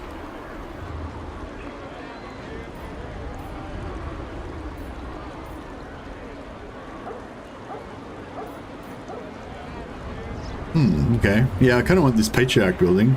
Usually 2 Patriarchs when you get to level 2. 3 Patriarchs when you get it to level 3. It's pretty good. We want to get some artillery in there soon. We want to get some Ice Guard as well so we can get Horse Maidens.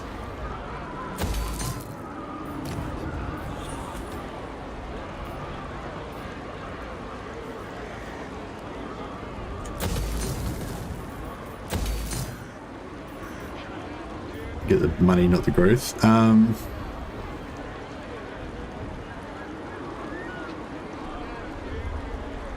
do I want bear cav or artillery? It's a hard one. I think we want artillery. We don't need bear cav until we get Boris. I don't think we can afford it. Hey Jose, can you check Elysian points for the other factions you're allied with? Yeah, for sure.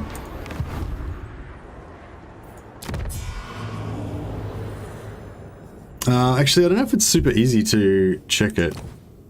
Oh yeah, we can. Here we go.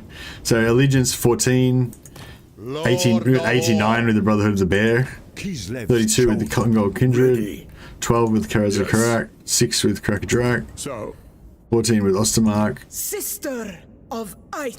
I wish Ostermark would let me build an outpost, but they don't have any towns that are big enough. All right. What? I will listen. but my time is short.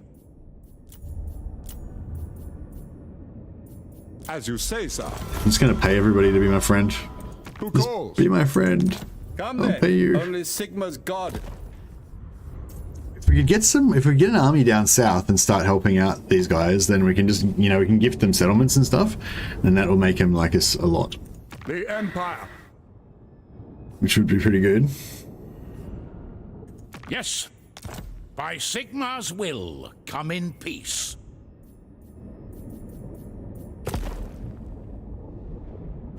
Hey, Click Monkey. How you going, man?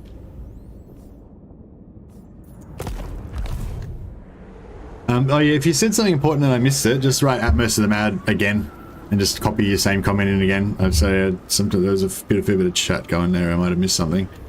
I can't. Yeah, I don't know. Bear Cav, is that even a question?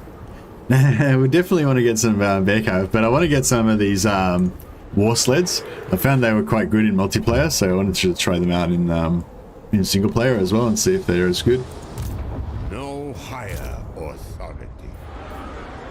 Oh, your Garrison Lord not moved. That's interesting. So your Garrison Lord not moved. It used to not tell you, like it used to not alert you when your Garrison Lords were not moved. But now it does. So that's interesting. We are one people.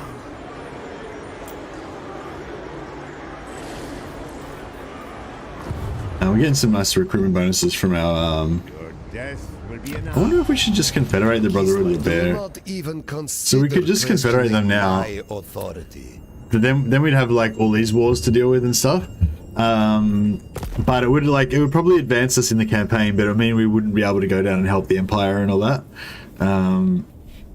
That's the thing. Well, the longer that we keep these guys alive, looking after all this stuff, they're leveling everything up for us. It's up to tier 2. Still only tier 2. I thought they would have gotten that up higher by now. Leska's up to tier 3. Yeah, this is the main part's up to tier 3. These parts are tier 2. Yeah, so if we kind of like leave them here, they'll eventually level this up for us for free. But if we take it now, you know, we'll get more followers.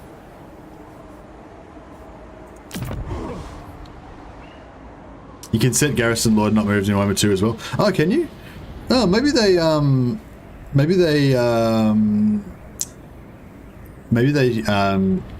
brought that in later or something, because I don't remember that ever being an option originally. I can arrange your Is that like, did they bring that in a patch or something maybe? I don't know, maybe it was always there and I just never noticed it. Kislev endures. I kind of want to get rid of this. It's giving us money though. Well, actually that gives us 40 growth. So if we want to get rid of a growth building, we actually get rid of one of these ones.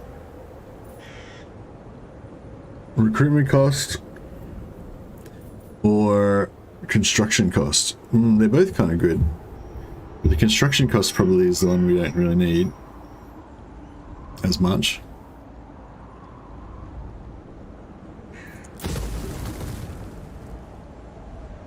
Yeah.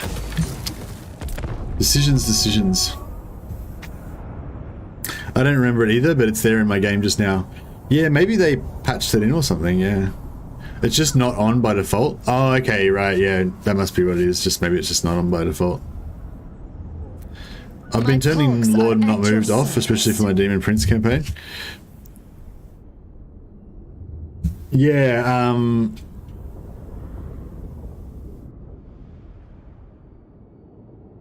well, everyone wants me to join against the Sylvanians. I wouldn't mind going to war against the vampires.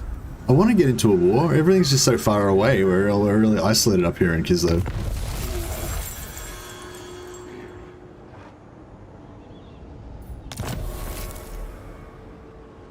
Trait removed.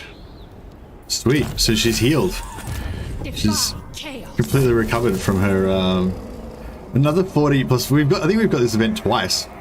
And we've got like our relations with the Brotherhood of the Bear are just like 275 off the charts. They just love us. They love us so much. Yeah, it's just that like we've got so many, all these armies floating around, right? Kislev's chosen. This guy.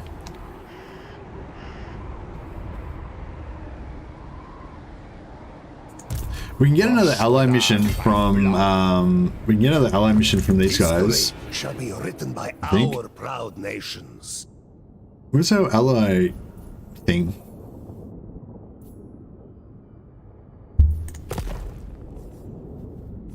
Oh, here. Yeah. Ally missions. Oh no, they don't have any ally missions. Okay. Keep One rug. Eric Georgeson. Yeah, alright, we'll take that. Turns remain to accept 13. How long have we got to get it for?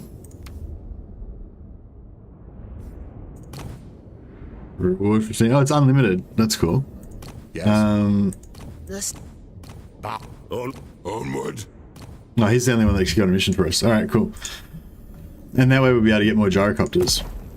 Gyrocopters would actually be really good, I think. That'd be really useful. Just to have like one in each army, you know? I don't know, it's sort of like the cat, you know, you lose some raw combat ability, but you gain bow to me. Alright, we'll just Extend my authority. we'll just heal up, move up to there, and we'll take their capital and give that to the Bear Brotherhood next turn. It's just, yeah, because these guys are maintaining another 2 armies, one and a bit armies that I would have to maintain otherwise, so, you know, Mistress of Ice. it's kind of good. Together, we serve the motherland.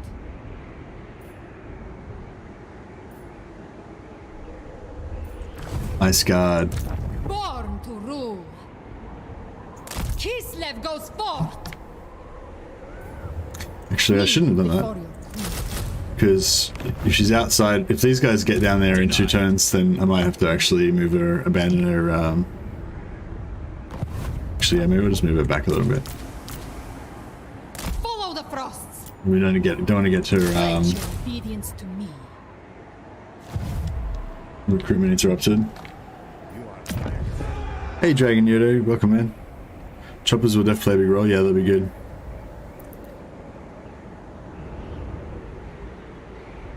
If you can, don't parry with the sword, but hit the other person with it. Yeah, that's pretty much the rule. That's pretty much the Lichtenauer philosophy. You want to like always attack, or if possible, like guard yourself and attack at the same time.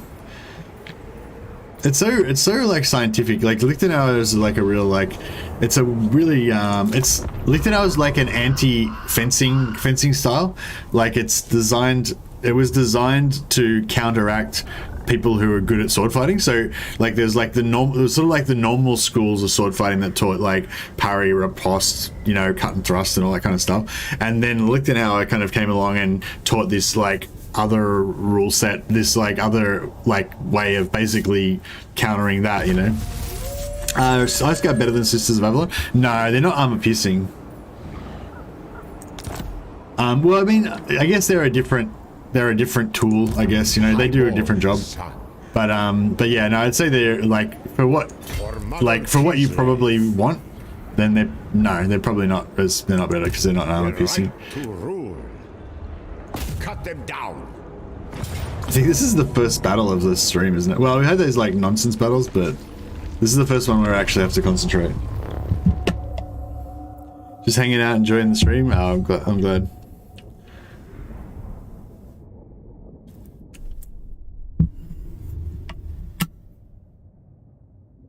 Ice Guard are more like Loth and Sea Guard with magic attack. Yeah, that's probably about right. Yeah, everything's got shorter range in Kislev though. Well, I guess Ice Guard. I mean, Loth and Sea Guard only have 160 range as well, so they're kind of similar. Yeah. Damn, PlayStation YouTube has huge lag compared to phone YouTube app. Oh, okay, nice. How do you like Kislev? Why not? Yeah, I love Kislev, Thomas. I like Kislev because of their I just love their vibe, you know, like they're just like a really cool faction, like they're just their atmosphere, you know what I mean? My dad reckoned the hand cut was the way to go in fencing. Yeah, hand sniping. It's like, I hate hand sniping, like, because I've got these big crab shell gauntlets that are fucking, oh, sorry. Stop distracting me.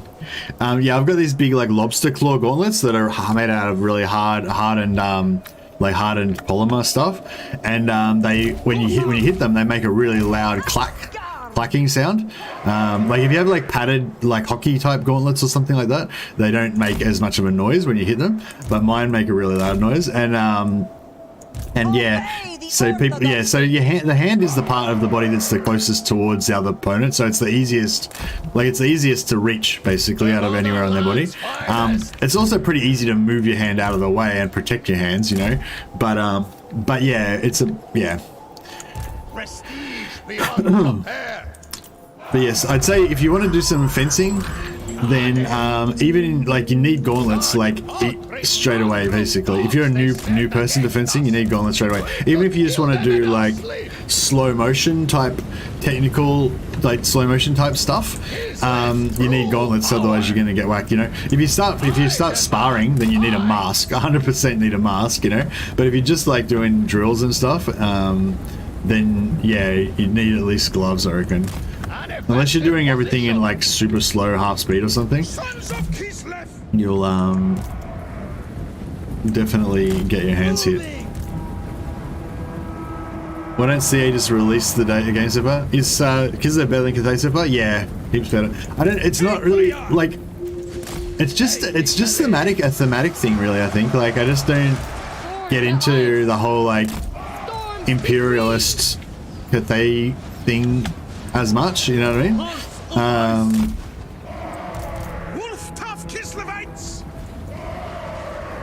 Whereas Kislev is sort of like, Kislev I feel like it's sort of like the Empire, but just like a tougher, more manly version. You know? Like they're more macho. They're like a macho version of the Empire. They have like the no sleeves and stuff. Get a bit of thick bicep showing and stuff. Alright, we're fucking these guys up pretty good. I guess we should use some of this Winds of Magic on something. You think that they should have ice resistance to that, but yeah, they don't.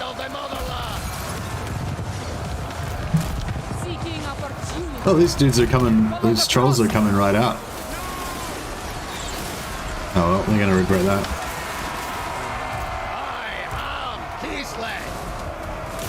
Yeah, our little bear cav hero, bear cav contingent's pretty cool now. I have to re-level up all these frost maidens to get them to be bear cav ready, unfortunately. Very well. On the march. Maiden of Ice. Where's the fucking bot? See that? I gotta get to there. This thing, like, this thing controls 2 towers, and it's like 3 sections back from the outside wall. This is like pretty, yeah, pretty hectic.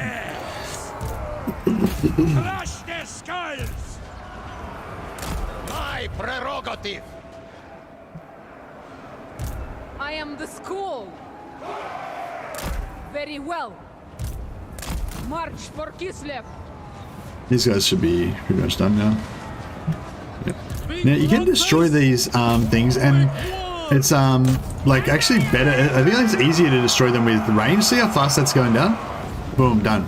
Like if that was if I sent melee units onto that, they would be like chewing away at it for ages. It just doesn't, like melee just can't deal with those barricades. It's really kind of crap, I reckon. I feel like melee should be able to rip the barricades apart, especially if they're like armor piercing. Don't know if I saw, don't know if you saw, but you just hit 12k followers. Congrats. Oh, thanks a lot, Spartan. Thanks a lot, man. I didn't notice at all. Let me check. I think 12k. Oh wow, awesome. That's amazing. Thanks a lot for letting me know. Did I turn down the music? Oh, I might have the music off because I was recording. Sorry. What are we at? That looked have it low, fairly low. Maybe there's no song playing. Sometimes the game kind of like turns off the songs like for a bit of a dramatic effect or something. Now this is where I got into trouble last time. Like when I first started this campaign, I got into this part here where they had archers up on the top here, and I was getting like dunked by their high ground advantage and stuff, and it was just terror bad. So we're trying to make sure that doesn't happen this time.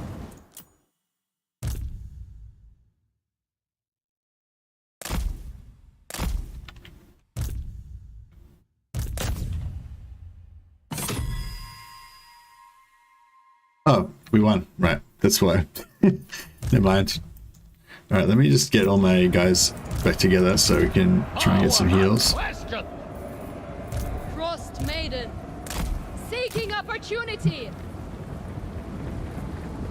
Bringer of Hoarfrost, following the squall.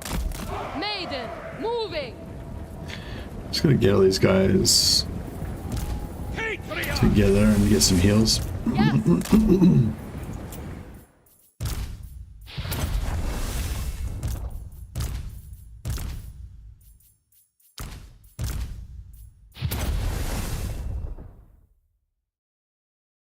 The score for Warhammer 3 has been great. Yeah, the music's really good. I still haven't explored all of the different songs, but yeah, like the Cathay music was pretty cool. Alright, I managed to not screw up that siege too much. Bluntly honest, rip. Remember Warhammer mod for Medieval, the roster was much more cooler than we have in Warhammer 3, but it wanted too much from CA. Somebody played this mod also. Yeah, I played it. Call of Warhammer? I know they changed the name of it a few times, so I can't remember what it was called in the end, but I think it was called Call of Warhammer at some point, and then they changed it to something else, I think, or maybe it was changed to something from something else to Call of Warhammer. But yeah, I played the Medieval 2 Warhammer mod as well. It was good. How many units can Patriarch's ability heal at once? I think it's unlimited, L. Thomas. It's yeah, so it's pretty overpowered. What percent of Kislev's army is hybrid? Well, all of their infantry is hybrid infantry. But like when you say hybrid, like it's not really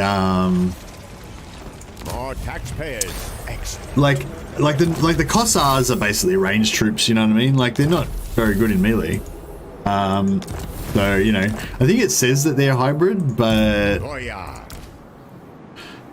bow and axe infantry, yeah. So it sort of says that they're hybrid infantry, but like if you look at their melee, oh wow, their stats are looking pretty good right now actually. They've got like mad buffs on them at the moment.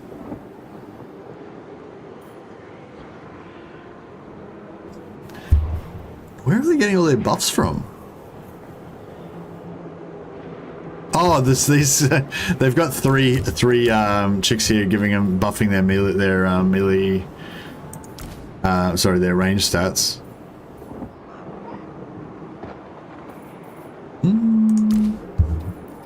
Traits did we get anyway? So we got cavalry, ranger, better bows. Cavalry's not helping them, but the ranger is. Better bows, ranger, provost protector. This doesn't help her. And cavalry, oh, it's a dupe of the other one, yeah.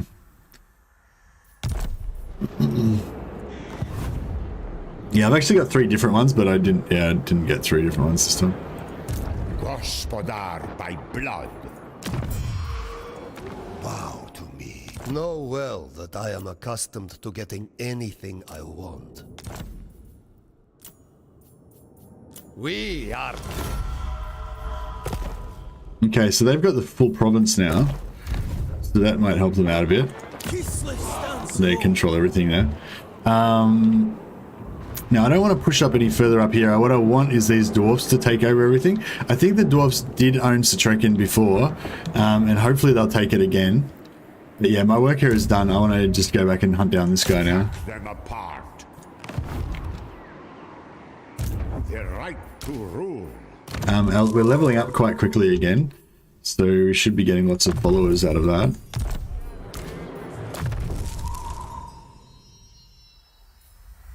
I wonder if this Swift Wing's actually kind of any use for anything. I can't see myself ever using it.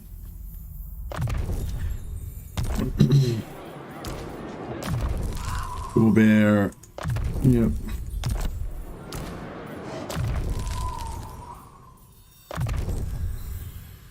I still want to know what a blessing disc is. I'm not really visualizing what a blessing disc would look like. Maybe it's a thing in the Orthodox Church, maybe, or something. I don't know. This is mine by right. But yeah, anyway, so to answer your question, all of the infantry is hybrid, except for the Tsar Guard. I think they're pure infantry. But like everything that's ranged. Oh yeah, Posthumous said it. Yeah, every unit except for the Tsar Guard. Yeah. But yeah, but like I said, these guys aren't really like that melee orientated. Like I don't know why these guys have such beast stats. I did buff them a little bit in the tech tree. But I thought that their base stats were not that high. I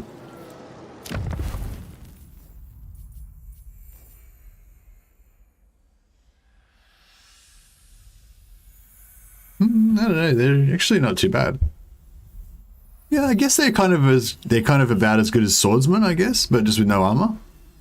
I don't know, maybe they are kind of okay in melee. I've never actually charged them into anything.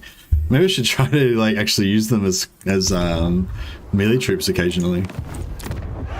I guess they do. Well, I guess they do hold the line not too bad.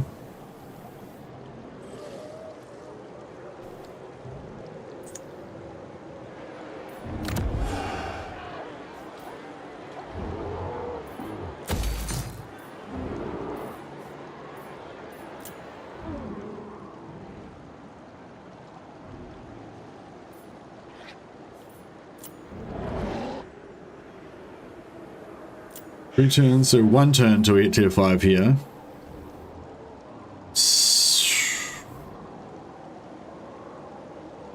Yeah, may as well just wait for it, I guess. And we'll give her the ancillary that increases. Where's the one that reduces the...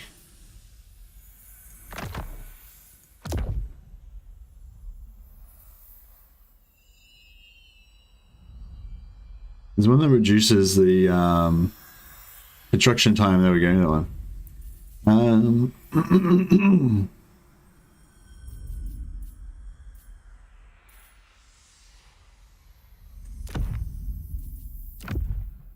We'll give her that. We could have had these guys coming out high level, but it's alright, we'll do it next turn.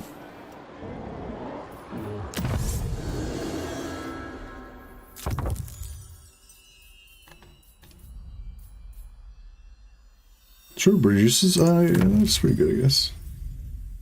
I want to get some Streltsy at some point too. The great orthodoxy provides. It's a cool looking claymore. It's actually a longsword. Thanks, Crazy Navajo. It's actually a longsword, not a claymore. But yeah. But yeah, claymores are pretty cool as well. I've actually used a claymore before. Well, actually, it was a Spadone. Spadone. It's like an Italian version of a claymore, but it's basically the same type of thing. But yeah, it's actually interesting. It's like you almost use it like a spear a lot of the time because it's got like another grip. Like you've got the normal two-handed grip, and then there's like another grip above that. So you can actually kind of hold it like a spear, and you kind of use it like a spear, you know. But it's got this. So it's sort of basically like a spear, right? You just using it as a spear, but then if you get the other person off balance or whatever, like it's got this extra thing that you can do this like executioner chop, you know, like if you do an Oberhau, like a downwards cut with the claymore, it's just like, I don't know, the amount of force that those things generate is just ridiculous. Like you do not want to be on the end of that. Even in armor, I think you would just get like your head would get crushed in, you know. Yeah, I'm glad that you're reaching out, bro. I'm trying to get friendly with this guy for ages. But yeah, claymores are scary. I never trained much with claymores because they're too dangerous.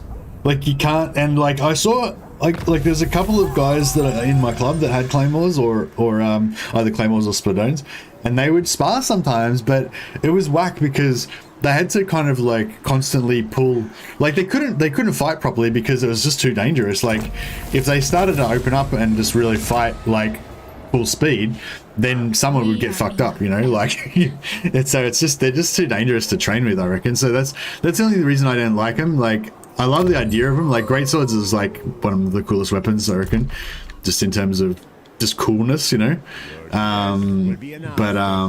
But yeah, in practical terms, I didn't actually want to play with them because you couldn't really fight properly, you know. I do not tolerate hesitation. Alright, we'll chase this guy. A bit of frame rate drop there. Mistress of Ice. Yeah, so I could have been recruiting them at silver. Damn it. Actually, we could put this into recruit mode as well. But did I do that already? No, I didn't. Should have done that as well, but no.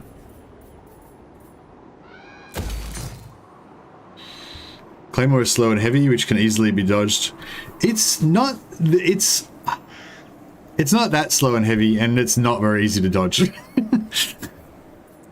It's like it is slow. It's slow and heavy compared to a longsword for sure, but you can still, like, if you're using it like a spear, you can still, the tip moves around quite fast, you know, because if you move like that much, like the tip of the claymore moves like this much, you know what I mean? So you can, like, if you're using it in that sort of spear mode, it's quite fast. And the other thing you can do is you can kind of like helicopter it around, and basically you can like area denial like a huge area, like 5 or 6 meters, probably more like 7 or 8 meters. Like, you'd probably do an 8-meter diameter circle that no one could get into, basically, if you've got a claymore, you know. You can just be like kind of doing this kind of thing, and just, you know, and it's like, yeah, it's not easy to dodge. It's not very easy to dodge because it's so big, like, you know, it's like if there was a helicopter and the helicopter blades were like 3 feet off the ground and you were within that area, it wouldn't be very easy to dodge, even if it was going fairly slow, because you're in that, you know, you have to run outside of the area, you know. Like with punches, you know, if someone punches towards your face, then you can just slip it, you know. And same if they like thrust towards your face, I guess you could kind of slip it or whatever. But if they like chop through your center of mass, like you have to run away outside of the range of it. You know what I mean? It's not very easy to dodge. Born to rule. Yeah, you don't really dodge in sword fighting. You can void and step back and step out and stuff like that, but you don't really like dodge. You have to, like, yeah, use your sword to protect yourself. One land. I choose to try to dodge a lot because I came from boxing. It's pretty silly. Still arrows to deal with? Yeah, that's right. Unless you like The Witcher and you can just block them out of the air or whatever. Kneel before your queen. Pledge your obedience to me. Look at this army. It's going to be pretty hot. Check out the upkeep on him. She's got the upkeep down to 60 because she's got maxed out. She's got a maxed out upkeep reduction in them as well. Embrace this familiar squall. All right. Well, this is cool because at least that means maybe we can have one home defender army, and then she can go off on and rampage around with her army separately as well, which should be pretty cool. What did I want to build here that I was lamenting I didn't have? I'd like to get this so I can get more patriarchs.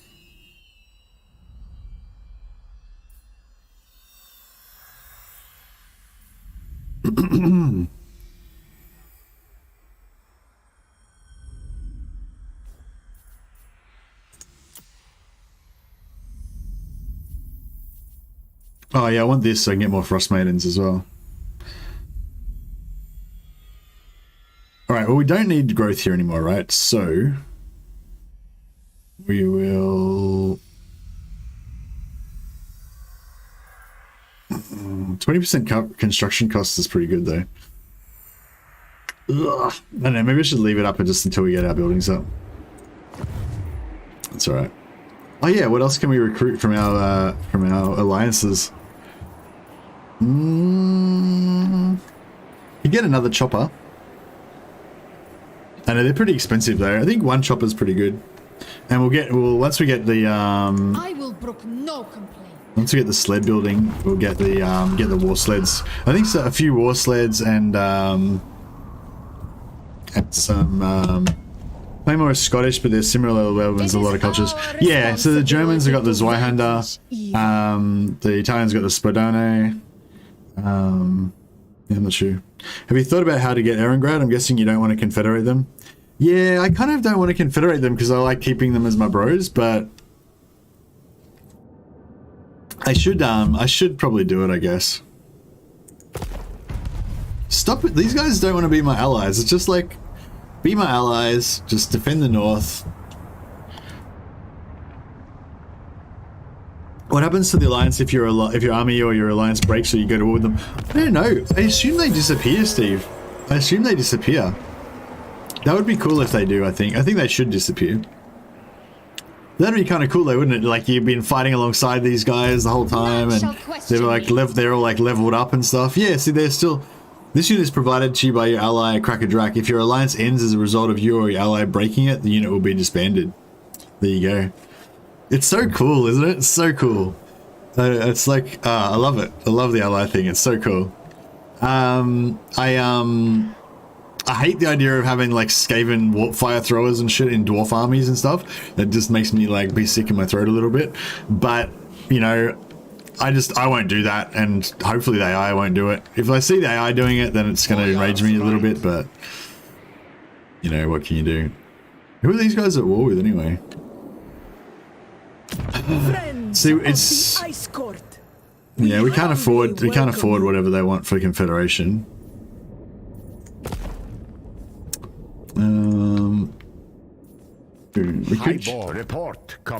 We could confederate these guys because they're probably going to die anyway because they're still at war with Castelton. Castelton's at war with a bunch of other people as well, so maybe he'll leave them alone. Where's his army? I wonder if I made them be more aggressive towards them because I allied with them. Help hit's up to tier 3 already. See, he's already got up to tier 3. So I may as well just let him keep developing it up more.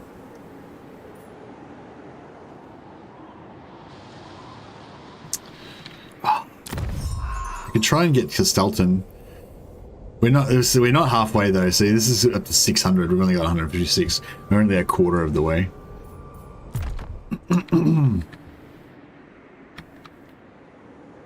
Ice Queen of Kislev. Yeah, these guys go. All right. Kind of need a second army. This is my right.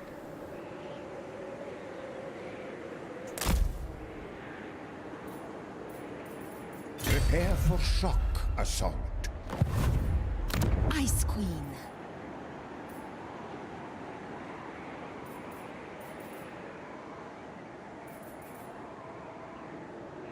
How's our fur trade going? Fur trade 87%. Yeah, so we don't need any more of that. Be good if we could get some more trade agreements with somebody. I don't know why Cracker Drac don't want to trade with us. We've been like best friends with them for like ages. Just not digging it. Somebody said something about like the more trade agreements you get, the less people want to trade with you or something. I don't know. Aye, let's hear what you have to.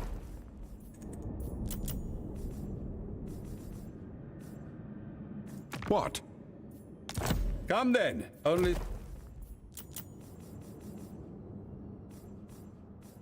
Yes? Approach us, friend. Yeah, no one wants to trade. Nadachi much? Nadachi, isn't Nadachi like a Japanese greatsword? I use the Arabic swords, they're light and fast. Yeah, nice. Slaves from Ungarn be better than other dwarves? I wonder if stuff like... Nah, you wouldn't get any of those bonuses, I don't think. Keeping it thematic myself and keep looking at nuts with it. Yeah, I think I'll probably do both, you know what I mean? I'll probably do some campaigns where I'll exploit the shit out of everything, and then I'll do some other campaigns where I'll, you know, play it more legit.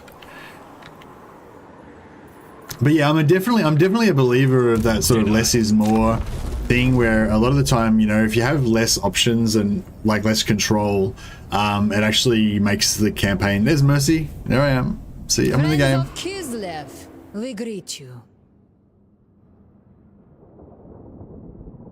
Nadachi are really fast too. It won Japanese sword competition twice. Oh, crazy.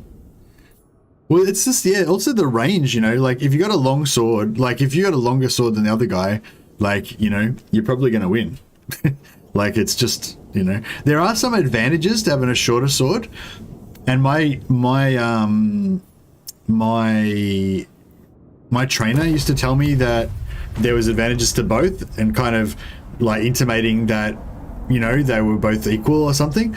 But yeah, I don't know. I found like the people with the longer swords, like taller people with longer arms and longer swords tend to do better. But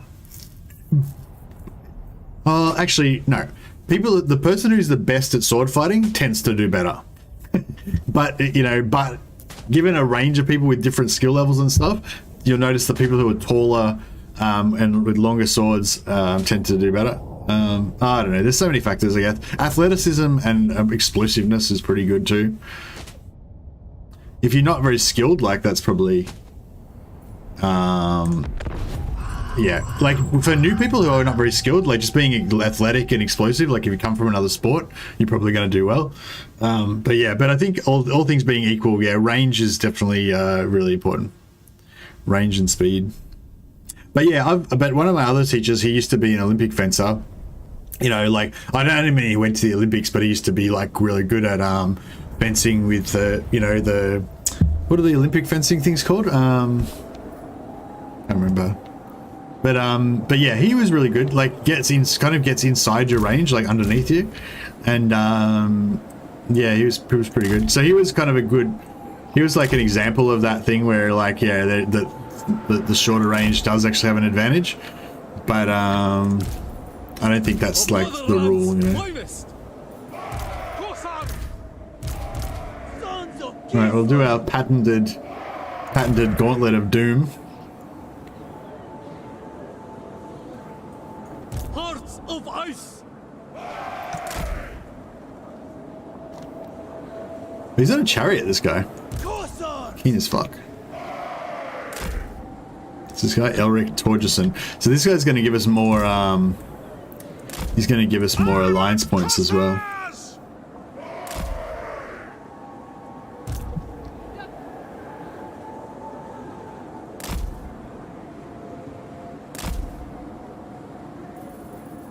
I'm trying to like see if how we can like kill as many as possible.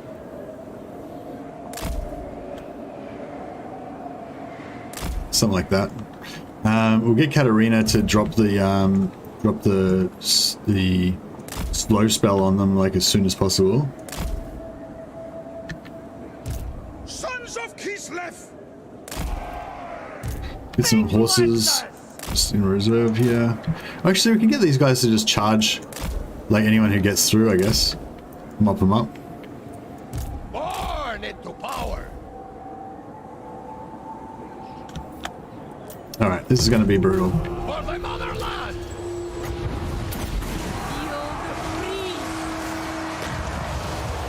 For the ice. The power of winter. Frost maiden. Daughter of ice. The orthodoxy endures. Maiden of ice. Oh yeah, it's pretty rough. They're having a bad old time. Daughter of ice. Nah, we're out of magic. Well, and mine. Corsons. Making it so. I am the storm. The motherland. Hey Steve H. I love content. Thanks for answering my questions earlier. Can't wait to try alliancing myself. Yeah, it's so like, you guys are gonna have so much fun with this game.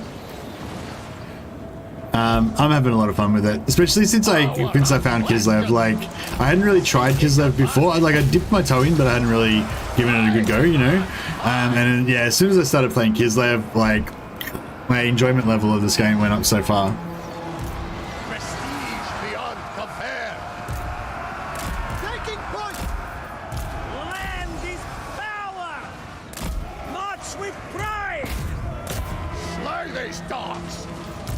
Slay these dogs. Get another slow on them. Whatever Ursin asks. Kislevites, moving! A fine strategy. Taken point! Comrades of the bear! Kislev sends us forth. Go with honor! Patriarch! Put them down! Alright, yeah, these guys are getting wrecked big time.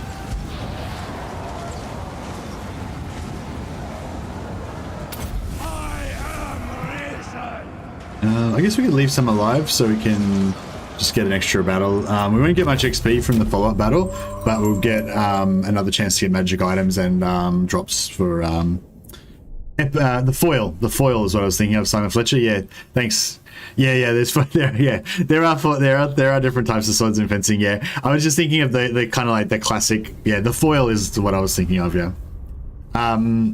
But yeah, I don't really like foil fencing much because, or I don't really like Olympic fencing in general much because it's like in HEMA, in historical European martial arts, it's the judging is a little bit inexact, you know, because it's kind of like an opinion based type of thing, you know, I guess a lot of the time. But like, well, it depends on the tournament. Different tournaments have different rules, okay? But like the tournaments like that I was in, like they would judge it on whether it was a significant strike. So if like your sword kind of whisked across the front of their jacket and just kind of like made a little zit sound as it kind of like touched their jacket or something like that, then they wouldn't count that as like a killing blow or whatever, you know? Because if you were in a fight, then your vest or whatever would probably protect you against that, you know? And if you got a thrust and the thrust just touched you, then it wouldn't count, you know? So, you know, when you get a thrust, you know, you kind of want to jam it right in so the sword like flexes and shit, and then the judge will be like, yeah, that was a hit. You know? And when you get a cut, you want it to like land, you know, you don't want to hurt the other person, but you want to like make sure that it's yeah, I'm obsessed with devotion right now. We'll just keep going for devotion. Yeah, you want to make sure that the judge recognizes your hit, you know. I need to hit some cryo sleep till the 17th. This much hype can't be good for me. Yeah. You should make inbuilt suit detectors to relay damage or hits to the crowd. That would be cool. Yeah, that armor was pretty crazy, hey? Stolen from the enemy. This is like one of the best armors you can get. Like blue non-uniques. Because the Gunnison Cron's got like, is a good one. It's got 10% physical resist. This is like 15% physical resist. And 10% of that's ward save, so yeah. It's very good. You're right, Kaiser. Oh, is it Kaiser? Kaiser?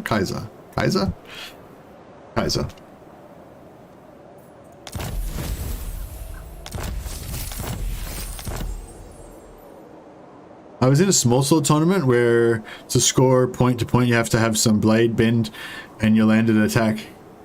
Score a point you have to have some blade bend and you land an attack. Yeah, that's a pretty common thing in HEMA. Like, because the whole idea of it is it's not like, you know, like playing tag with swords where you just got to touch the other person. Like you're trying to simulate an actual duel where you would actually be cutting and thrusting and stuff.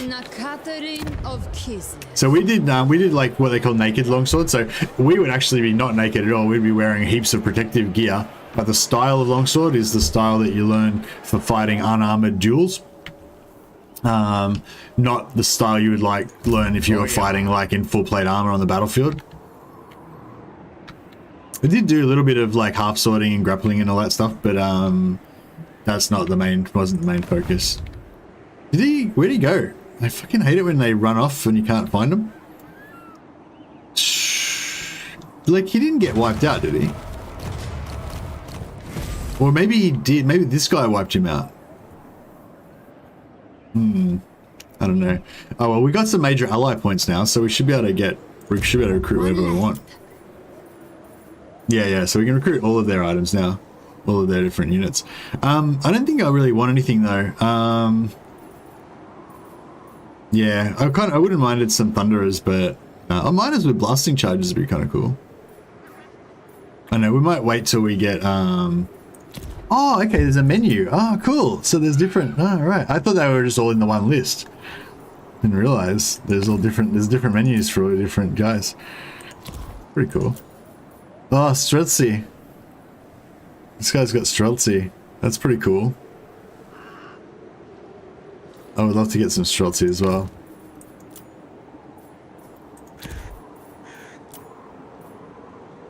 So these Ungol Kindred, which are the crappiest, they've only got one settlement. They've actually got the best roster out of anyone. I wonder what their army looks like. Nah, I don't know. I wonder if we went, maybe we go military allies. Thunderdome, steel armor. My buddy does jousting and is big into Harusfechten, the armored fighting. It's a lot of fun, tons of grappling, expensive to get into though because it still needs some armor. Yeah, the armor is like pretty expensive. Hey, it'd probably cost you a few thousand to get a full set of armor. Even just normal HEMA is pretty expensive. Like by the time you get a sword, you know, heavy gauge mask, good gauntlets. You want to get really good gauntlet. Get the best gauntlets you can get. That's like the most, like broken fingers and broken hands is like what's going to happen to you if you do HEMA, you know. So get the best gauntlets you can get, and you know, you need Gambison, and then yeah, that's probably the basic minimum. But then you're probably going to want like padded shorts, knee pads. You know, gorget, special gorget. You might want a hard chest plate to go underneath your Gambison because those thrusts into the chest like can be very brutal. One of my mates got a ruptured pectoral muscle from a thrust into his chest that like popped his pectoral muscle. It's pretty crazy. All right, we'll keep going with this super cheap army of. She's only got one more turn of recruitment and she's ready to rock and roll. The right to rule. So I want to get down here actually and drop off these to give them back to Katarina.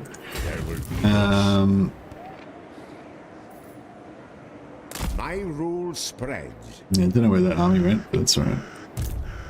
I will brook no complaint. Heavy war sleds. I want some heavy war sleds, bro. I want some little Groms as well. 4 turns, shit. So maybe we should just recruit another guy over here.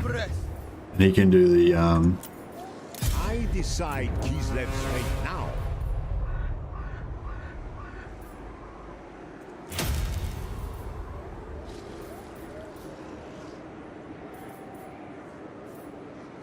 Goya. Okay, what do we want? So we want 2 little Groms and 3 heavy war sleds. Or maybe 3 little Groms and 2 heavy war sleds. Well, that's more units than we need though, isn't it? Baron of the Motherland. Ice Queen. We technically only need 4 units to fill up both of our stacks. We'll drop some of these Kossars though. No higher authority. Gospodar by blood. We need to get him some better infantry instead of Kossars. Yeah, that'll do. Whatever. That's fine. Hey, Pickle Father. I didn't like it. Why can't you have just one name?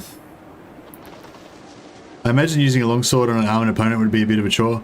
No, yeah, sort of, but you use it like a little miniature quarterstaff and like you use it like a crowbar basically. You know, you can bang them around the head with it. You can like jam the edge of it under their armor. You can use the crossbar to like hook their head. You know, and yeah, it's like it's pretty crazy. Like it's so different. Like, you know, like. Just so you've got the longsword like this, and you've got the crossbar here, right? So you can like hook their head that way with the crossbar, and then you've got the pommel like that extends out a bit here. So then you can like hook their head back that way with the pommel as well. You can punch, but instead of punching with your fist, you've got the pommel of the sword sticking out here, and then you've got your other hand like on the other end of the sword giving you leverage, so you can like punch with the pommel, and like I don't know, there's like pretty crazy, just heaps of crazy stuff you can do with it. Using sticks to be able to hit things harder. Humans have been doing it for a long time. We just use sharper, harder sticks now. Well, we did back in the 1400s. Here for the 100th like, my boy. Long live the motherland. Long live the motherland. Groms for Masili for sure. Yeah, we got some groms and we're gonna get some heavy sleds as well. Oh boy, I spell some new ideas. Empire, but only recruit by outposts for elect accounts. Oh yeah, that'd be sweet, Postumo. I like it. Oh no, you can only have 4 units per you can only have 4 units per army from allies, but that could be cool though, like for a hero only run. So you have like heroes only, and you're like a secret society that's trying to like root out Skaven, but like no one believes you. So you have to like get all the different elect accounts and try to get alliances with them and stuff. So they'll give you troops so that you can launch like hit and run raids on Skaven enclaves that you've uncovered and shit. Yeah, that'd be sweet.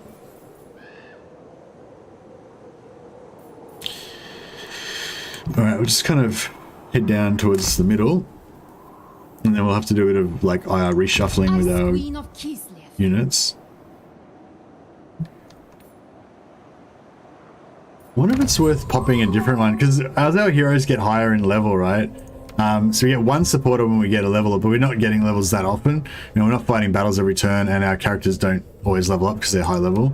1, when constructing a building, we don't have enough settlements for that. 2, when fighting a battle, again, it's like not that great. 5, when occupying a settlement. I don't know. So if we could get heaps and heaps of devotion, then we could just pop one of these like every turn, depending on what the most advantageous one's going to be.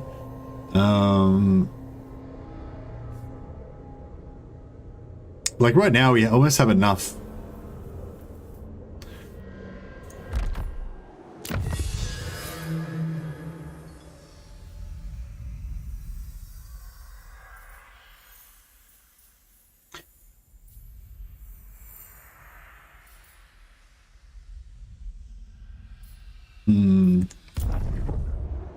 I believe the first weapon is a rock. Yeah. Sharper sticks from guns. Where's the big Grom? I don't know where the big Grom is. What is a Grom anyway? And why do we have little ones? Yeah, I don't know. It's a mystery.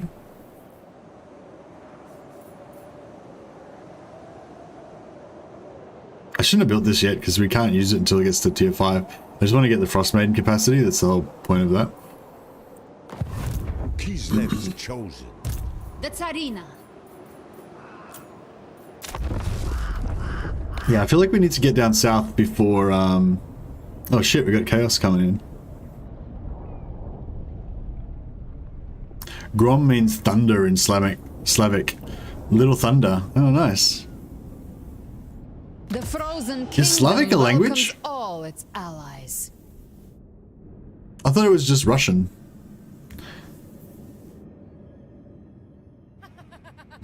Big Grom could be the... Who was that laugh from? Is that a super chat or something? No. Oh, here we go. Grom is thunder in Russian. Source, I am Russian. Nice one, Gammon. Thanks for that. Thanks for the super chat, man. Much appreciated. Very generous. No. Like, we're allies, but we're not, like, that much allies, you know? Well, we are allies, but we're not going to take orders from them. Mission successful, Mightiest Fortress. Oh, yeah, cool. Oh, yeah, these are not the best items, though. These items are kind of randomized. Like, some of my other campaigns, I've had, like, mad items. That armor that we picked up before, actually, I had that offered when in this quest. These ones are all, like, pretty average. We should probably do some fusing and get some good items in a second. Alright, now we're kicking. Now we're cooking with gas. So where are we going? We need to find a fight to get into. The vampires... Oh wow, check this out. The Empire's actually winning. Like, Ostermark's about to take out the vampires, it looks like. Oh, actually, yeah, no, they don't have any good armies here. I don't even know where their army is. Maybe they're about to get their ass kicked by the vampires. But yeah, the vampires are down to their last settlement. The Boldenov's been wiped out, so they're doing quite well. Over here, I don't know if Karl Franz is still alive. Middenland, Altdorf. Yeah, Altdorf's still alive. Okay, cool. So do we have diplomatic...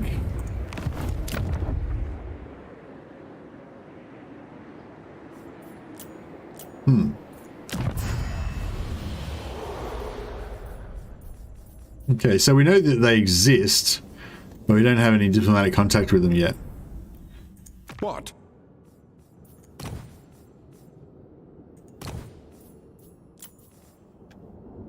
Another eye symbol above Sylvania. Oh, okay, cool. Thanks for pointing that out, Eldiv. Check it out. I love these little eye symbols with the little bits of information about the lore. It's so cool. I hope that they put that in the Mortal Empires campaign as well. Where is it? My brain's not seeing it. Where's the eye symbol near Sylvania? There's the joke up there, scooting around up there. Where is this eye symbol in Sylvania? Oh, here it is. Yeah, here it is. Hellfen. When the warp showers came, the cursed swamp of Hellfen boiled and churned, spewing forth the rotted corpses buried beside it in centuries past. Oh, you know what these eye symbols are? They're probably quest battle locations, because there's a quest battle in Hellfen, I'm pretty sure. So yeah, so these are probably where there's going to be a quest battle, I reckon. I wonder where's my quest battle? I've got a quest battle somewhere. No,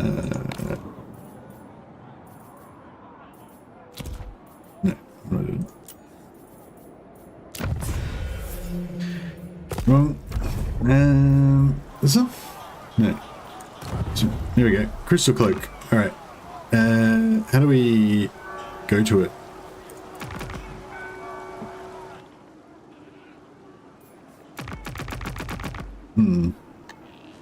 Okay.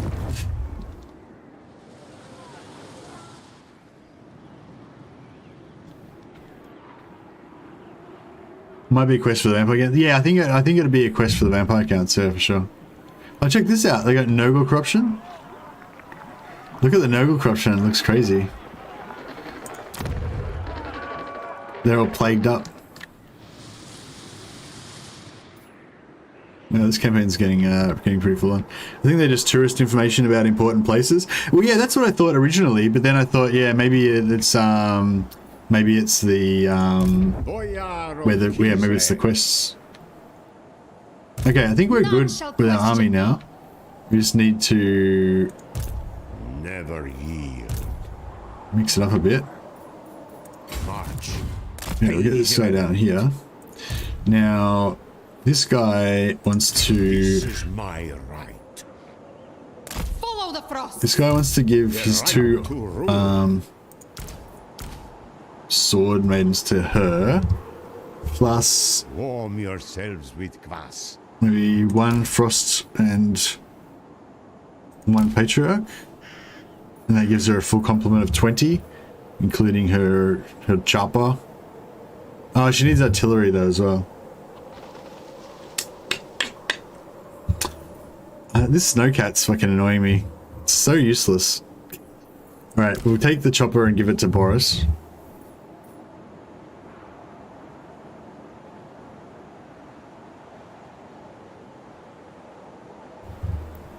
Quest battles will happen in tourist traps. Yeah, apparently. Okay, and then... We know this cold. So here she's got all frostman. Yeah, that's pretty good. It's pretty good. And then she's going to get a little grom. And then he is going to get 2 war sleds, 2 little groms, and he's going to disband natural domain. I guess we'll disband 1 unit of Kossars. Or we can just keep that other army and have another army of Kossars as well. Maybe. Lose the cat, lol. Yeah, no. It's, I don't know, it's her pet though. I feel like we need to keep it at this point. It's like it's our mascot, you know. It's the thing that shows our dominance, you know what I mean? Like if we have to give up the cat, then that just shows that we're not as powerful and dominant as we think we are, you know? Like if we were so powerful, why did we have to give up the cat? You know what I mean? It's like a prestige thing, you know? It's like how rich powerful guys always have those like stupid little dogs that can't do anything, you know?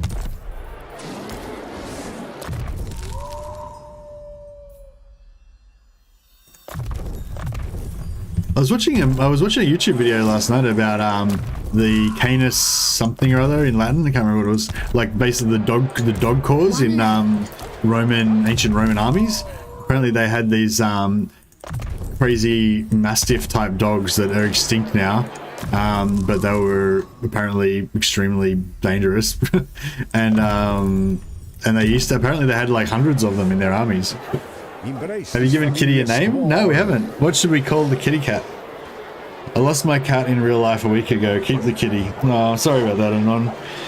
It's yeah, we've been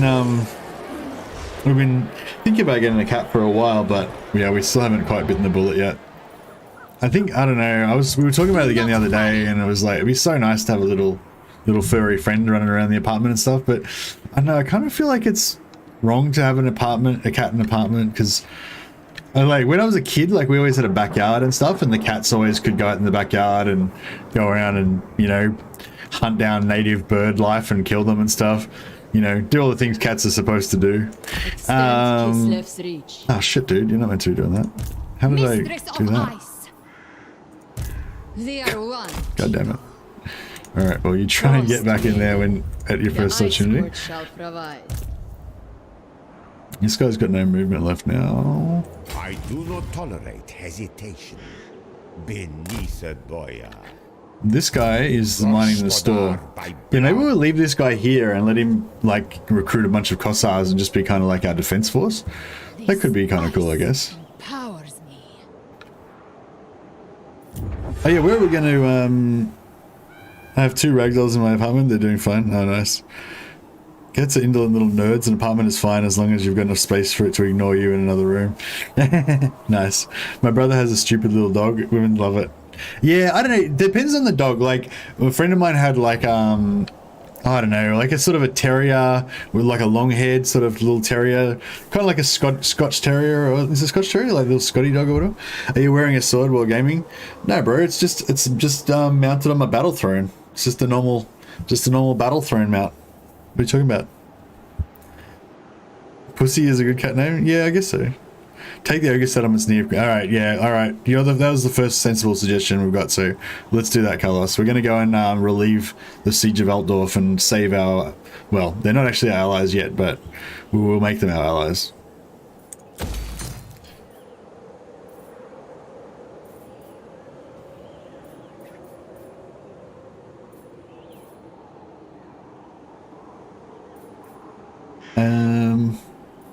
Do I want to put, I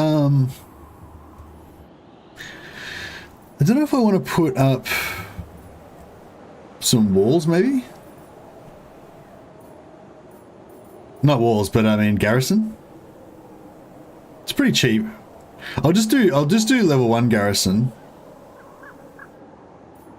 Yeah, I'll just do that, just for as a placeholder, just so the slot's not empty. Just only cost 700 gold. It'll give us a bit of peace of mind. Yeah, this is going to be 8 turns till it levels up. Okay. The funny thing is, like, we've got so many growth bonuses now. Like, I actually, oh, have we lost our Slanesh bonuses? Yeah, we seem to have lost our Slanesh bonus. Invocation available. Yeah, we don't have an invocation on at the moment. I don't know if I should pop one just so that I have one going, because otherwise I might just forget to put one on when I need it. But yeah, I wonder, is this guy gonna... Like, touch me. Is that the demon? Is that... It's Mercy. Mercy, like the demon's called Mercy. You know, like Daniel. I think that's Daniel. But in this game, he's called Mercy. How crazy is that? Mind blown. Why is he called Mercy? That's crazy. I don't know. I thought he was just like a generic kind of Chaos Lord, like maybe, you know. But he's like the main man, like the faction leader. Can we actually... Legion of Chaos. Yeah, Mercy. He's the leader. He's the leader of the faction. How crazy is that? I'm fighting myself. What's going on? He's coming to replace me. Yeah, no, this is my dark side. Because I'm a bit conflicted. I've got two tattoos.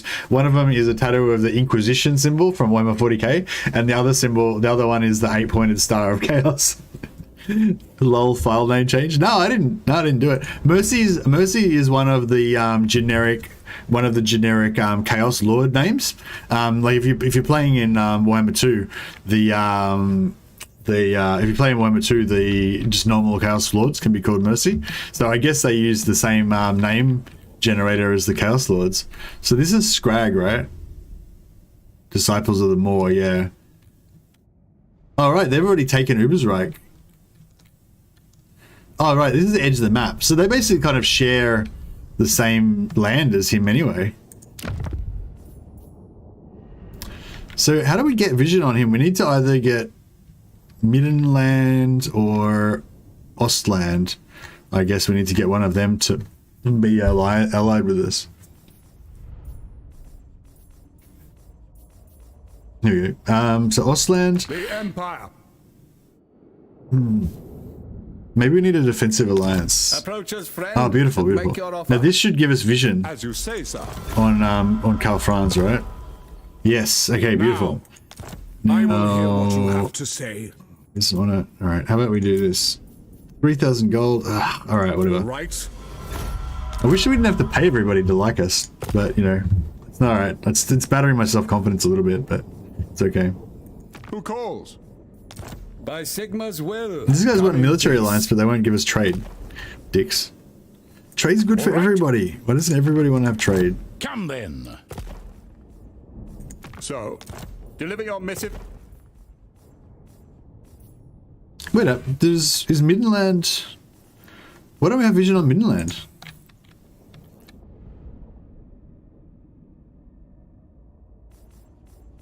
Like if we've... Like I got defensive alliance with Ostland. They gave me vision for them. And then that gave me Reichland because they're neighboring that.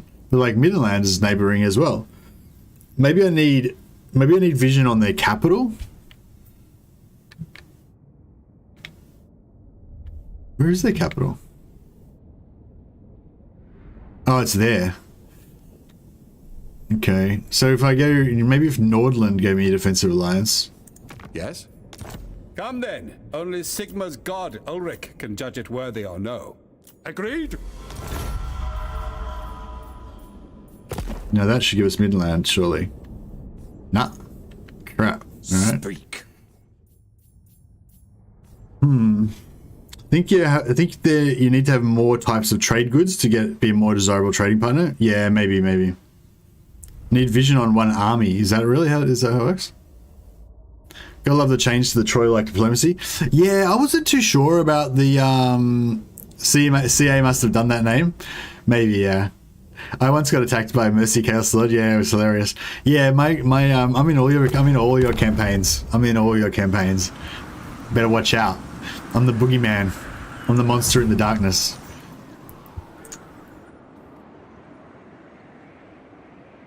Alright, I'm that generic lord that your Doomstack that you created to kill Archeon just takes out without even remembering their name. One army or settlement. Well, I've got vision on, like, all heaps of their armies and settlements. Because I've got defensive alliance with Nordland and Ostland. So I can totally see them, right? But it just doesn't, I don't know, it doesn't recognize it. I don't know why. Maybe it's because of their, what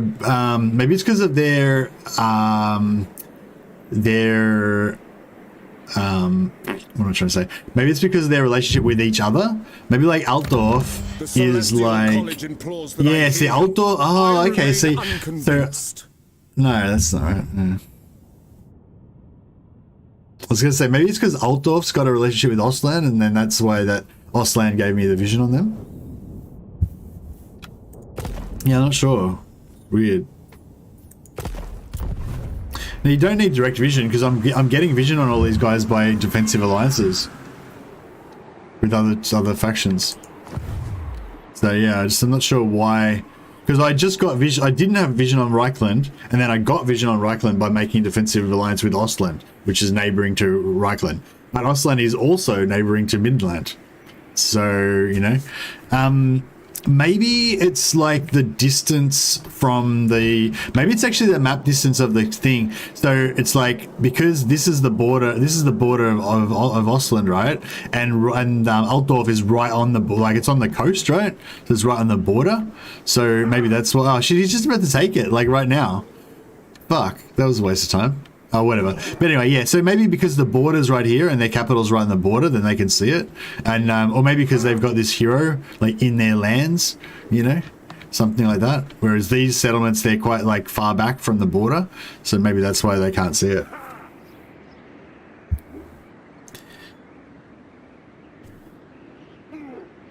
Yeah, I think it could be this hero as well. Because there's a hero, like, in their lands from Ostland. I love seeing Empire on the map. I love Empire. Empire's my favorite. I hope that Empire gets an upgrade to be like similar to Kislev. Kislev's so fun. Alright.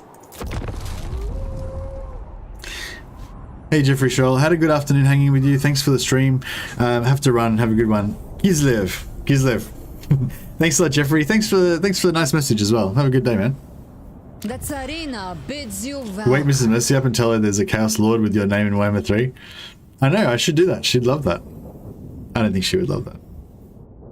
How far south does the map extend? We were looking at it for Tyrion. It's like literally Reichland is the bottom settlement on the map. I feel a bit bad because there's all my allies asking me to help them out with all these different battles, but they're I think we should go for this. Look at this. This is Castle Alexandrov is actually part of the Kislevite Empire. Your ally has been attacked. Alright. I guess we better join in. I'm not going to join wars that other people like try to push me into, but if one of our allies gets attacked, then I guess then we have to help them out. Got to do the right thing. Alright, so now I've got two different problems. We've got the yellow, the Red Eye clan or whatever they are over here. Red Eye Greenskins, yeah, the Red Eye Greenskins. Oh, they've only got 2 settlements. So that'll be a quick war. We just take them out, boom, boom. Our allies are happy, everything's good. But then over here as well, we've got these guys taking out Kastelten. This is like proper Russian land. I mean, Kislevite. Freudian slip there. This is like proper Kislevite homeland, so we kind of need to take that out too. Alright, I think we'll send Katarina over to here, and we'll send Boris over to here. Ice Queen of Kislev. Oh man, stupid hero. The Tsarina. Maiden of the Frost, gifts of winter.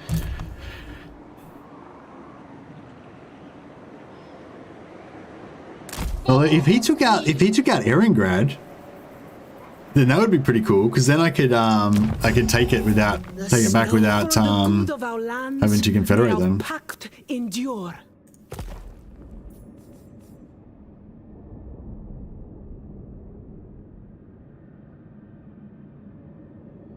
Should probably look at Mercy with an expression that screams rolls eyeballs as loud as possible without actually rolling the eyes.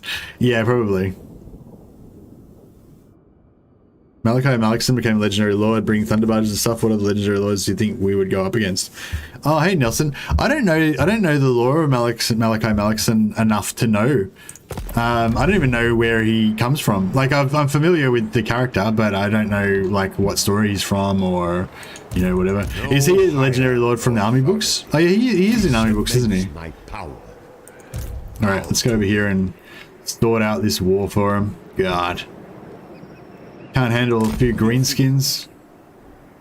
We're gonna little grom them. We'll see how they like that. For Mother Kislev. It is actually a pretty significant amount of money that we're wasting by having this lord. And we can probably recruit new Kossars. Yeah, I'm pretty sure we can recruit Kossars at level at 2 silver chevrons anyway. So then we'll get rid of that, and then that's gives us a little bit more income.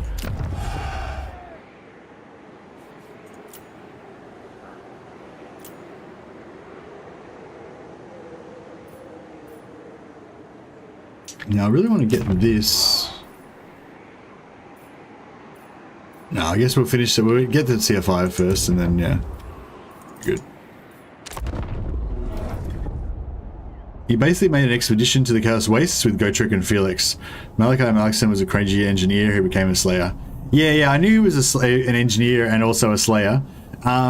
He was also, in his engineer side of things, was he also a bit of a, like, not a renegade, but like, you know, kind of pushing the boundaries with the engineering stuff, like the sort of stuff that Thorek would really hate because he's not, because it's not traditional.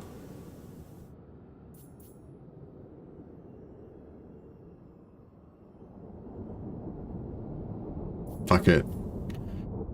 Yeah, we're gonna get into the vampire war. We're gonna take all the wars now. We're gonna sort this place out. We're gonna sort out everything. We're gonna rescue all of our allies. Have you already gotten one of the demon souls? No, I'm not going for the. I'm not getting involved in that business. I'm just like, the motherland needs me, bro. I can't be wandering around in the demon lands and crap.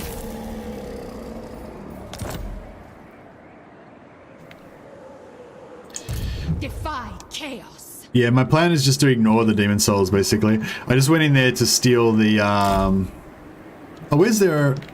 Oh, they ran away again. So they just nipped in here, stole this, and then pissed off again. Oh no, now the Druzenia Enclave are going to get it before I can make it there. Oh. Bit trolled. Trolled. Alright, well, she can head down to take out the vampires then, I guess. Basically Warhammer 2 when everyone ignores the vortex. Yeah, that's right. I'm playing Warhammer 2 and ignoring the vortex. Lord of all, I said march. There will be no sleep. Get some force marching going.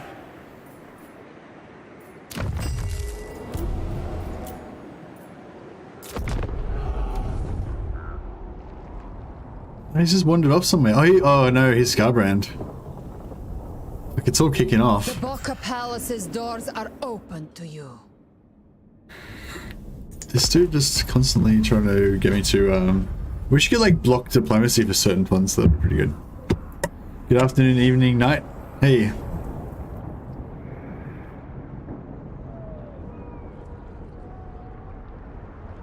Yeah, so who could Malachi Malakson be up against? He did if he did an expedition into the Chaos Wastes, did they meet any famous demons in there or anything?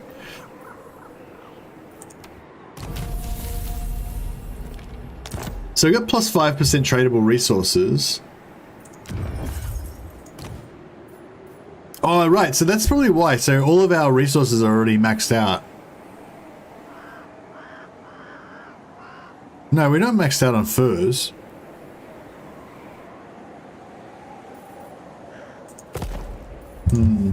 We could probably be making crap loads more money if we had all of these other settlements. What I should have done is, as soon as I got the blessing from Slanesh, I should have immediately confederated everything. So then I would have had like that plus 100 growth like everywhere. But yeah, that was you know, hindsight 2020 and all that. Okay, so these guys didn't take the settlement. They just sat there and started raiding. It's really weird. Now I'm like, ugh, I don't know, should I keep going? Because I feel like I'm just going to get right there and then they're just going to take it. And then I'm going to be just trolled.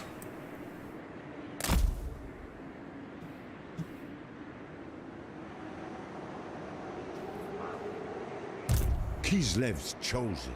Take me there. Can we revive? Can we revive races as well? Like, I think that that would be a good thing they should have added in if they didn't already, just to be able to revive, like go in and take over Altdorf and then just give it back to Reichland again. Because, like, if you think about it, like if Reichland got raised or, you know, occupied or whatever, like the countryside would still be filled with Reichlanders, right? So, like, you know, you should be able to still free them and, you know, give them...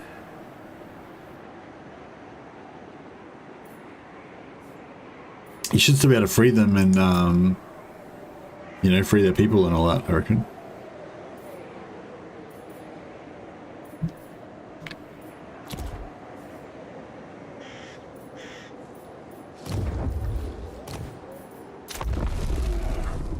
Malika, Gotrek, and Felix kind of had some crazy encounters with the Skaven and Thanquol.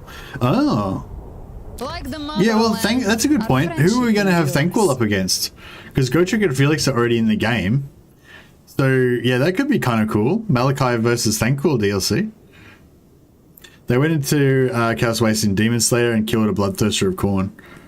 You need to attack the vampires. Yeah, the vampires could be a good option.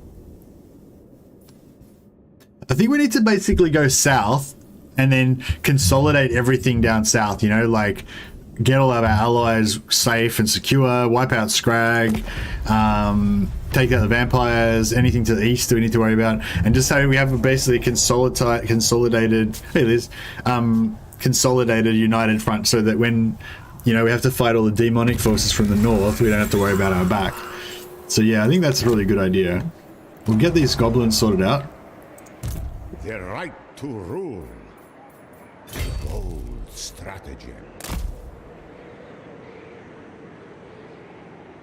You are but a peasant. The other thing about the saved heroes as well is that, like, if they die, I don't give a shit because I can just instantly hire a new one. You know? That's sort of, yeah. Baron of the Motherland. March. Pain is irrelevant. This is my right.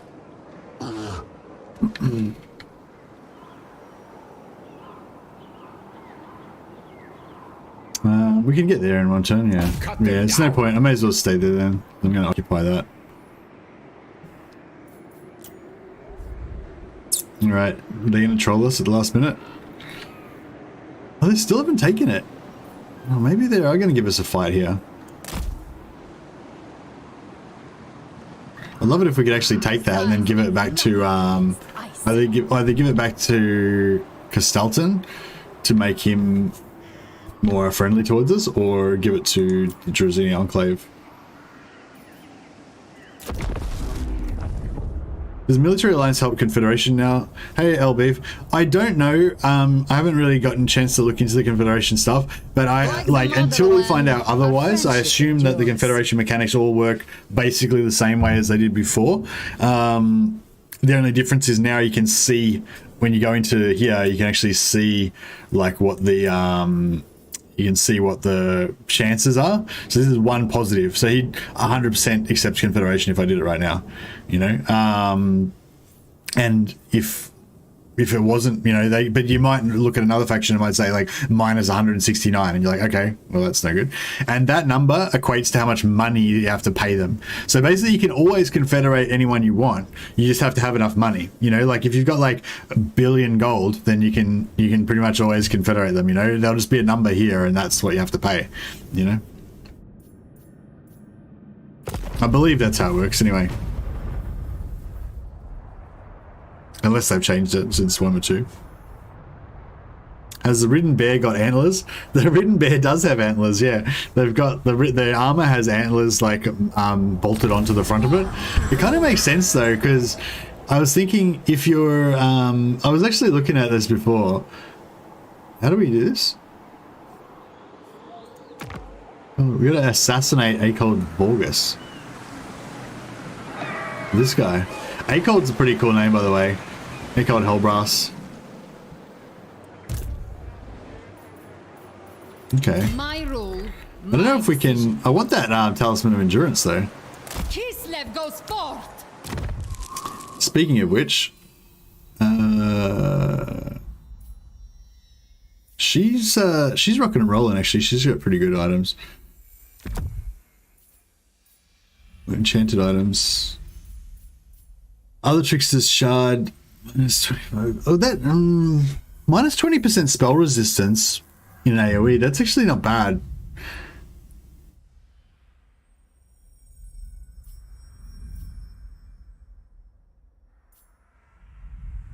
But I'll leave her with the active one. And then this guy, we'll give him the tanky armor. And we'll give him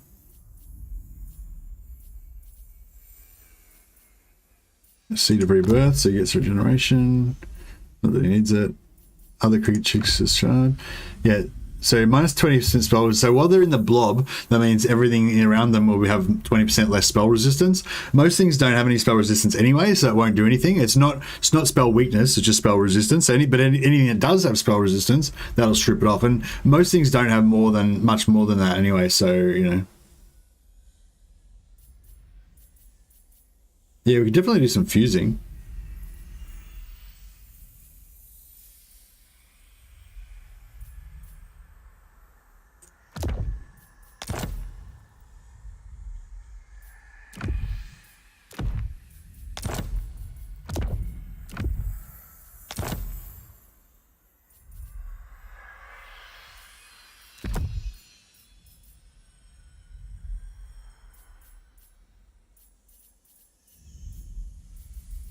Yeah, these potions of speed.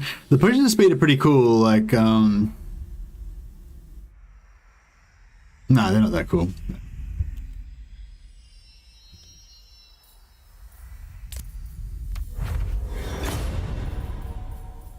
Sitting lodestone, yeah, that's pretty not very good. Pt.4 talk, we don't really want that.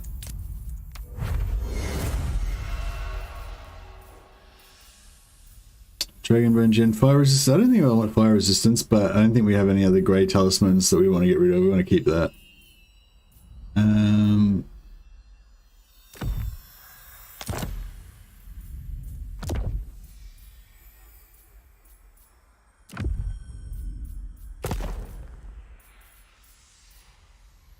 Spell resistance. Yeah, I don't think we need this spell resistance. So we'll make a blue out of that. Oh, it's permanent AoE, melee defense, melee attack. That's nice. That's solid. And Shrieking Blade. Shrieking Blade's not bad. Ah, that'll do. That'll do, I think. Alright, I think we're good. Honestly, Van Horsten's Speculum isn't that good. It's like 2% heal every 90 seconds. What? Van Horsten's Speculum doesn't give you any heals. It's a debuff.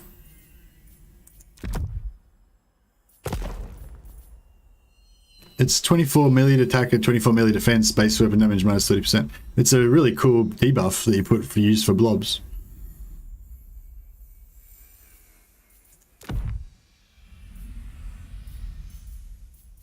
Maybe you're thinking of something else.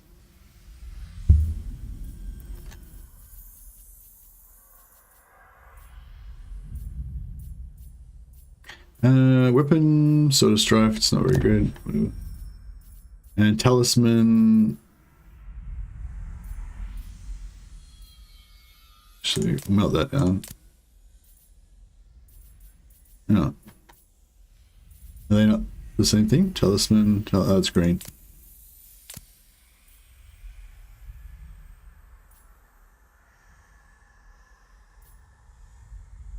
Actually, I'll give him that because she's already got one. And give her a Van Horsten's.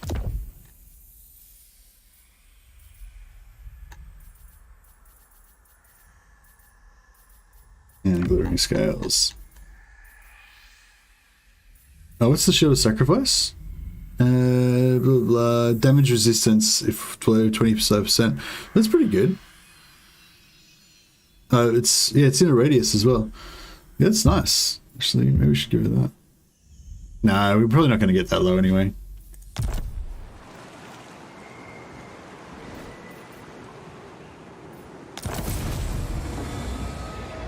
Another one. They called what? We had 2 different missions to kill the same dude. Confused. There's some nice. You can get some nice items. None shall question me. March with pride and verve. Oh man, he's gonna take this over, and then I'm gonna be trespassing in his fucking lands. Is God damn this it. the best chaos?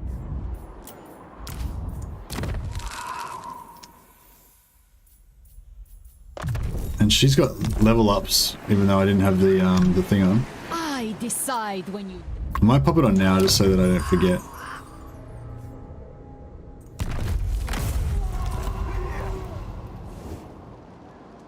I wish you could buy followers Gospodar by from blood. them.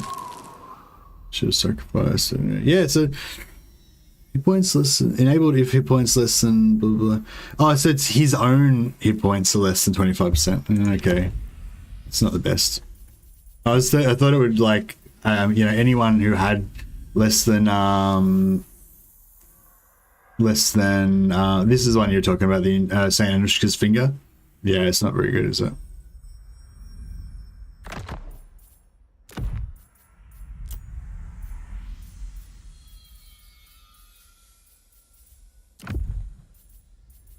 Get a nice get a nice selection of buffs for our blob.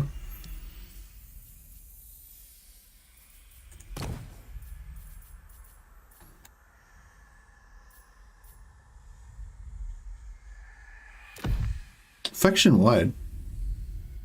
Oh no.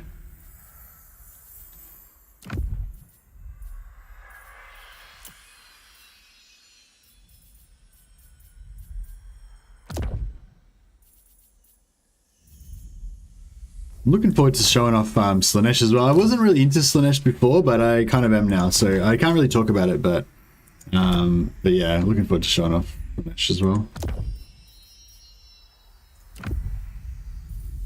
No, they're both crap.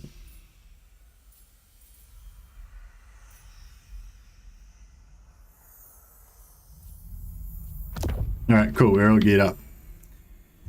If you have 2 Patriarchs in army, if you're stacking Ice Witch heroes for 17% missile strength, the sweet spot is about 5 Ice Witch heroes and 12 Ice Guard for max DPS. Oh, thanks, Andrew Tobias. Andrew Tobias is really into this kind of stuff, like working out, like, you know, if you graphed like the power differentials and stuff, you know, how much, I don't know what the right words to use for this situation, but, you know, like, yeah, you're working out efficiencies with maths. And it's actually quite cool. It's Mesili. It's Mesili the Boyar. That's my character right here. I don't have a hat though. I was actually thinking about doing a mustache like that, like doing this mustache like this and just having it go like this.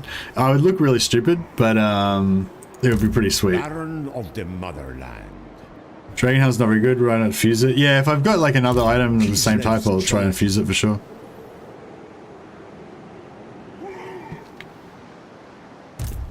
Never yield. Destroy these fools. Low doesn't necessarily mean low, so I think we better fight this one, even though it's a bit of a chore. Anything more than that, you lose max damage to less shots. Yeah, that's true. I think the other thing too, though, is like having 12 Ice Guard. Like, I mean, I don't know. There's arguments for both. So if you just say you got 12 Ice Guard, right? You've said that's the maximum efficiency that you're going to get, right? So you don't want any more than, you don't need less than 12 Ice Guard, right? But just say you have 12 Ice Guard, then you can fit 12 in a very small area. It's like a double line, 6 units wide.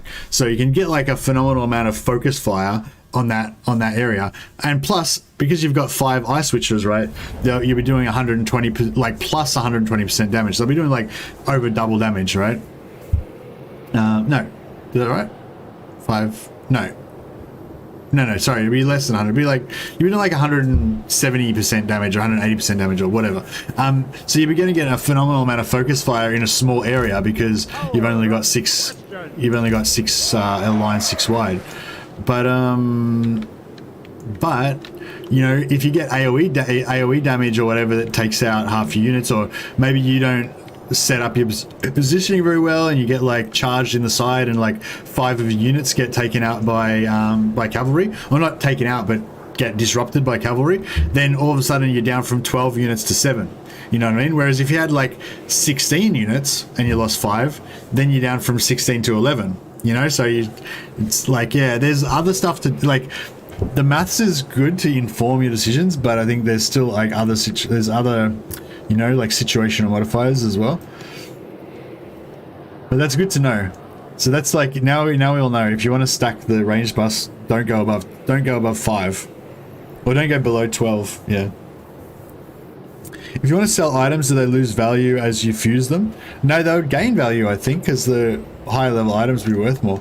This is a weird settlement. It looks really like just desolate and kind of, yeah. Wonder where the best spot to attack is.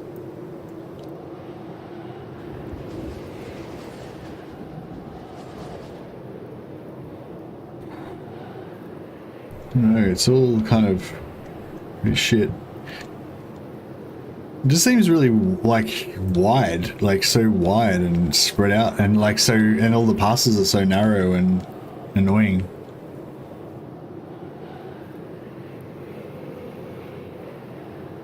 I guess here, I mean, they're going to be shooting down on us and getting like 30% damage bonus, but might still be okay, I guess. I go for Frontline Streltsy, Backlight Ice Guard for my first proper army, I think. Yeah, I'd like to do that as well, but it's like if you're going to go for like the max buffs, you can get more buffs on Ice Guard than any other unit. So there's something to be said.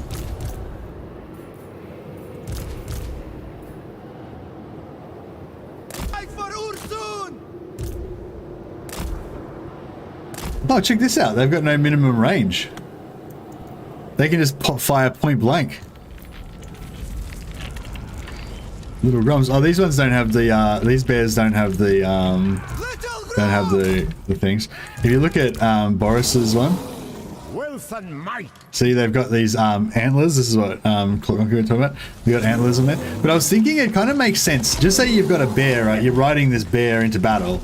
Then, like, normally the bear's main weapons are their teeth and their claws, right? So they could, but yeah, but if you're riding into battle, you don't want your bear to like jump on an enemy horse that's there down or an enemy human and then just start eating them with its mouth, right? So you have these antlers, so the bear can't bite. See, so that's like, it kind of reduces the killing power of the bear, but it increases the mobility of the rider because the bear can't stop and just feast on its kill because these antlers stopping it from getting there. So the bear can just swing its head around like an elephant, you know, and use these tusks to kill stuff, but it can't, like, you know, can't actually stop and start eating them. So yeah, I thought that was like pretty cool little design feature actually. Kislev's true power.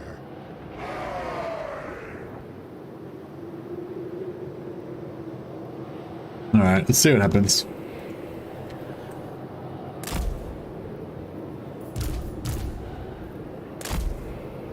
We fight for Ursin.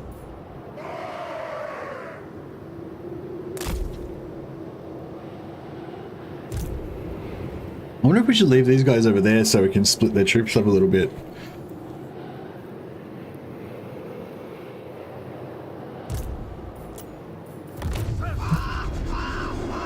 Is there any troops here? No, they didn't fall for it. March with pride. March for Kislev.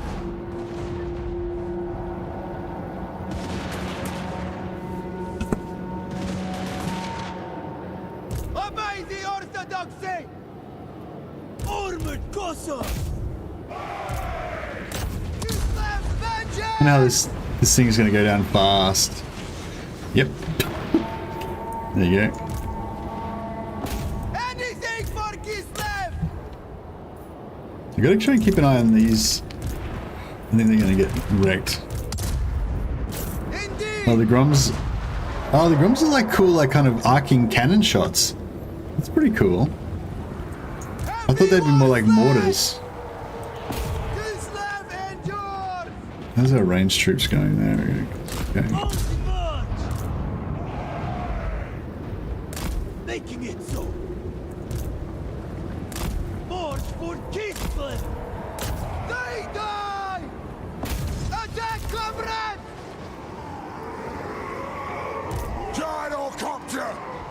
Nothing can stop us. Obey the orthodoxy. Take to the air. Heavy war sled. The heavy war sleds are shooting, but they're also, like, they're also kind of okay in, well, no, they're not very good in melee. Heavy war sled. Yeah, they're kind of okay in melee, I think. Well, they're just tough, basically, is the thing about them. We haven't lost any entities, we've only lost a tiny bit of health on them so far. Might as well keep them topped up, I guess. No, they're not liking this corner here too much though. Struggling a bit with that. Follow the bear! Seeking heresy! Heavy war sled! Kislev sends us forth. Go with honor. For the throne! In Kislev's name! Cathay are pretty cool. Cathay are fun. Like, they're fun. It's just, I just don't get into their, like, units and stuff that much, and, like, the art style and everything, you know? It's a bit too, I don't know. Oh, I like the Jade Warriors. They're pretty cool. I don't like the overblown, like, too, like, fancy curly bits and stuff like that, you know? The position is ours. That is good. Yes! Move! What are little Grom's doing? Little Grom! Sons of Kislev. Comrades of the bear. Taking point. This map has got me, my brain is like, I can't get my head around it. There's crap everywhere. On the march! These cavalry just running silks there. Moving! Kislev sends us forth! Move now! Who's this one attached to? Oh, that one? Winged lances! Hearts of ice! March with pride!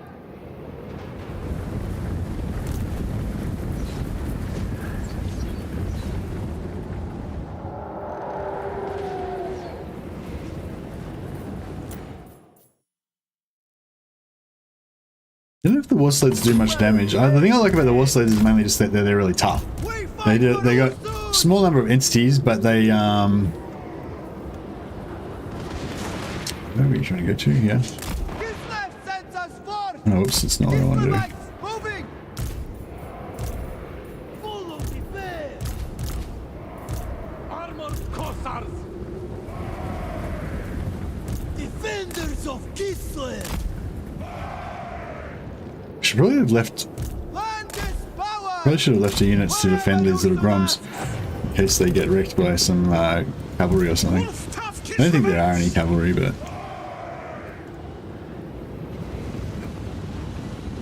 Taking points! Gyrocopter! Obey the orthodoxy!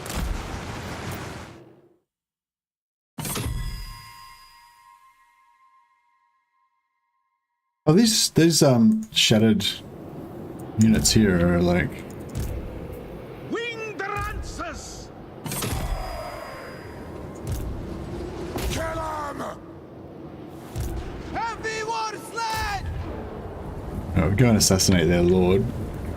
Armored Cossars. Kislevites moving. Little Groms are not in range of anything anymore, I don't think. Actually, maybe we should just bring them up here. What's the speed on them? I think they're pretty slow. Speed 36. They're faster than infantry compared to other artillery. For like Empire artillery, like 28 speed, I think, or even maybe even slower. I see command. Winged lances! These are slowly capturing that.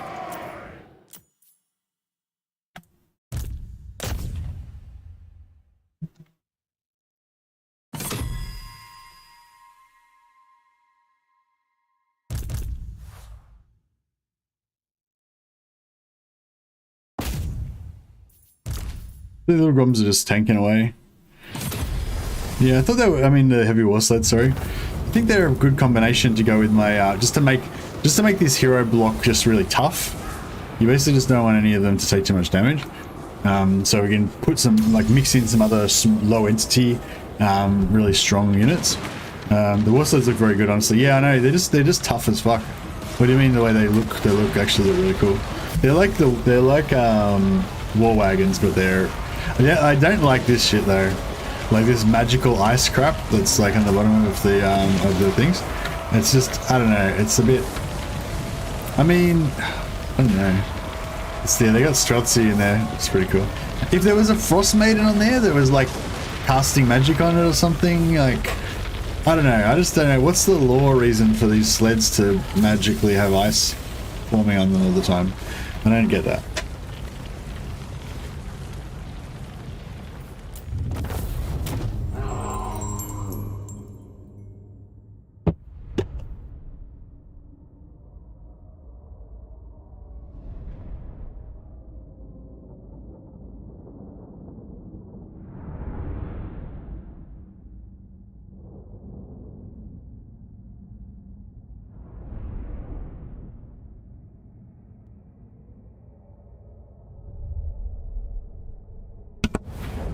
Hey guys, sorry, I was just talking to Mrs. Mercy. Just yeah, just had some, just I don't know, get some news. Anyway, yeah, I might wrap up the stream and it's alright. Okay, all right, we'll keep going then. Never mind. False alarm. We'll go for another about 50 minutes, nearly another hour. I never tire of wealth. Frost Maidens not having war sled mounts is a major missed opportunity for Kislev. Yeah, I think it'd be more thematic and cooler if the Ice Guard had the sleds and not the Streltsy. I don't know, it's my own personal prejudice, but one of the things I really like about the Kislev vibe, I guess, is that they don't like the kind of grimy, you know, kind of they're kind of, you know, just kind of grimy, rough and ready Streltsy and Kossars and stuff like that. Just, you know, just tough Slavs, you know, or whatever.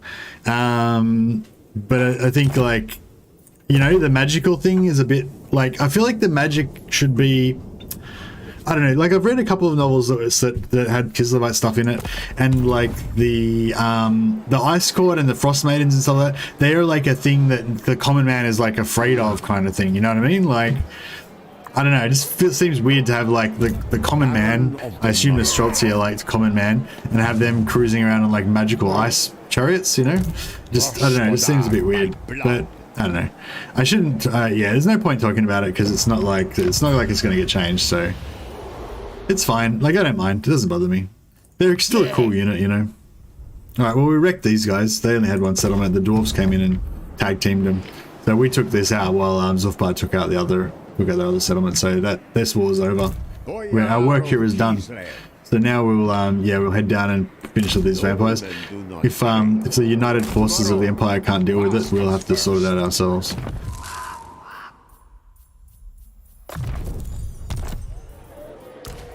At least we got 2 more followers out of it. What if we go lightning strike? Could be good. I feel like I should probably get some red line as well. In the lore, the only ice mage strong enough to make equipment out of ice is Zarina. She's basically Ice Witch Jesus. She has to maintain it too, since she can't mass produce it. Let the kvass yeah. go freely. Yeah, I feel like yeah, I feel like it's just, I don't know, it's just weird. I feel like there's just too much ice bullshit in the Kislev stuff.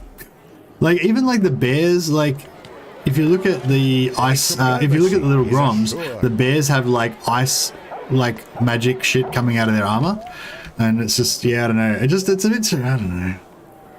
I don't want to talk it down because it's amazing. Like, it's all fantastic, really. I love it all. I love Kislev. I think they're amazing, but I just think they're a bit too hi-fi, you know. I wish they were a bit more lo-fi, a bit like low fantasy, a bit more rather than high fantasy, if you know what I mean. Recruitment cost. Yeah, we'll go cheap infantry, I guess. This is my like recruiter Ataman.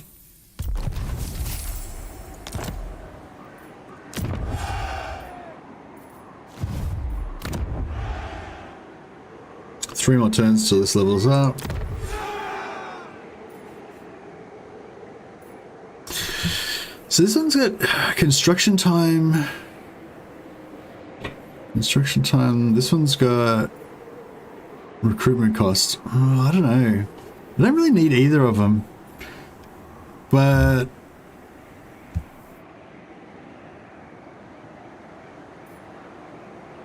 I feel like if we could probably get rid of that one and then replace it with... Wouldn't mind trying out the Griffin Legion as well. I feel like they're probably going to be bad. But it'd be nice to try them out. Income from all buildings, yeah. Maybe we should do that. What's the income like here? Well, it's only, we only get 1,200 income from this. Check out how low our income is. We've got like super low income, but our armies are really cheap, so it's sort of, it works out. And we've got heaps of trade.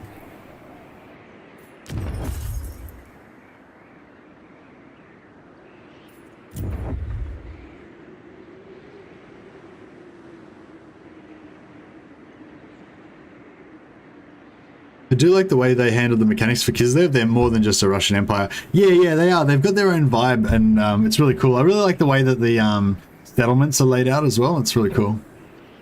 How you've got the 3 major cities, and then you've got the 3 like minor kind of places.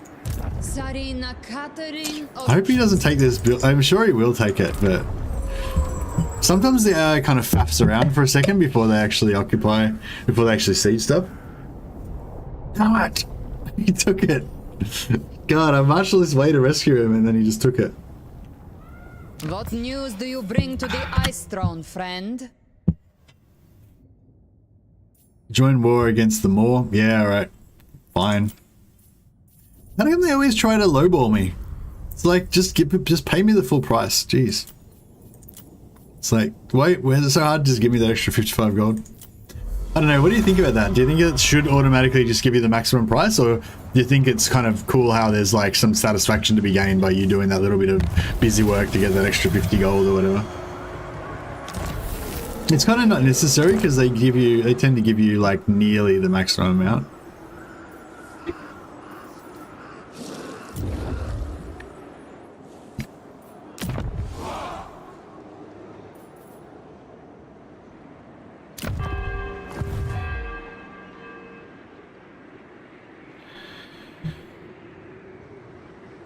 Right, so oh. So what are we going to do with this army now? We're kind None of... shall question me. Oh, we can attack these Cornate dudes here. My rule, my decision. It's something to do, I guess. Fangs bite. What the f... God damn it. Size means nothing against ice. Size means nothing. Ice queen. Katarina doesn't think size matters. Oh, we got attacked by a hero that did some damage. I want to use Katarina's army in battle. We haven't had a chance to try it out yet. I don't think we need to worry about that. They should be able to deal with it. Check out this faction symbol, the Moonhowlers. It looks really cool. I haven't seen that before. Blackhawks are badass characters. I love Blackhawks. They're so cool. The right to rule. I do not tolerate. Right, you head down here and we'll take out these vampires. Warm yourselves with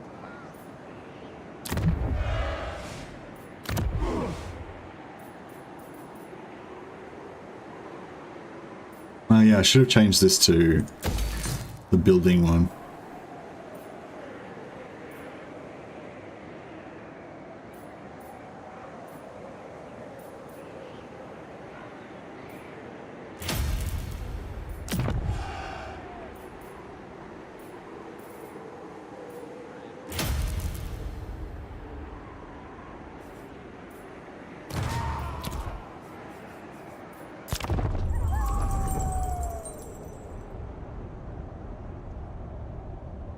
Honestly, it's pretty good use of zone of control, locking enemies that will run without you, allowing you to get a second attack off them that turn. The Tsarina bids you welcome.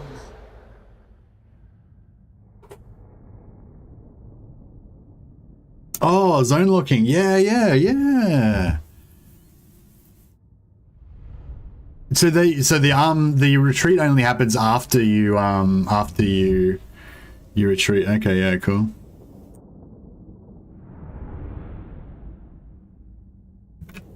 Should write that down actually. That's a good I should do a video about that. That'd be a good thing.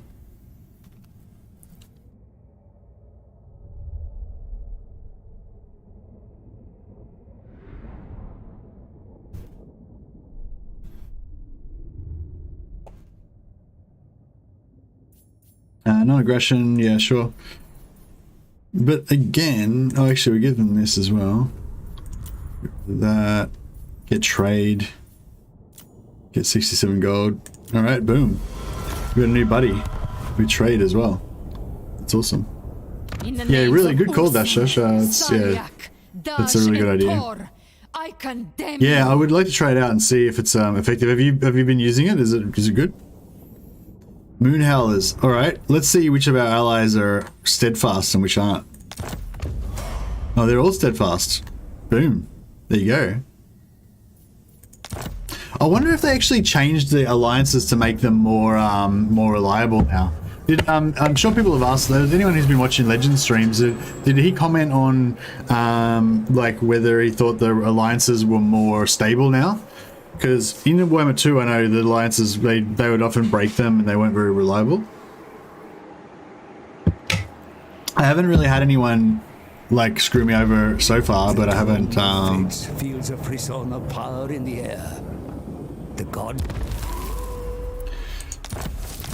Ursin's gonna roar again. Ice Court dominates. Sorry, we won them.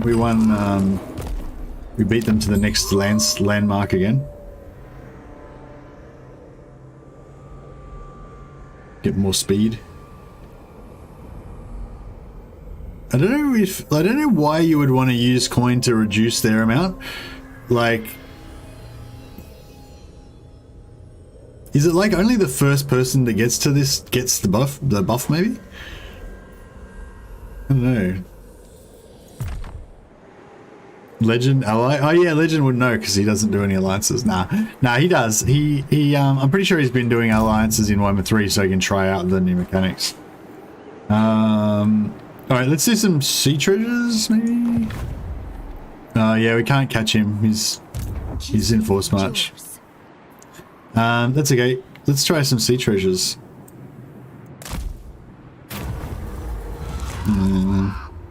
Demon eradication is my purpose. Upkeep minus 10%. Oh man, these will be free now. No, 34 they cost per turn. It's like super cheap army. Ice Queen of Kislev. Alright, so where should we send her? Should we send her down to fight Scrag? We've got like a full army of anti-large. So they could be alright against Scrag. I don't know if it's a good idea sending like one army solo, but... What's this, attrition? Oh, Nurgle corruption. Oh man, why can't the Empire keep this shit under control? Why is everything all Nurgle corrupted?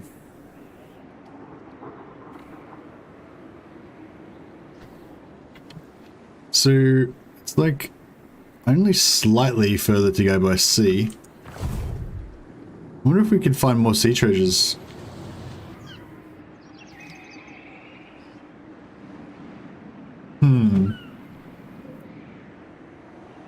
Let's see some Ice Guard take on the bellies. Yeah, I'd like to as well. It'd be cool. One land. I'm not sure what to do about all that.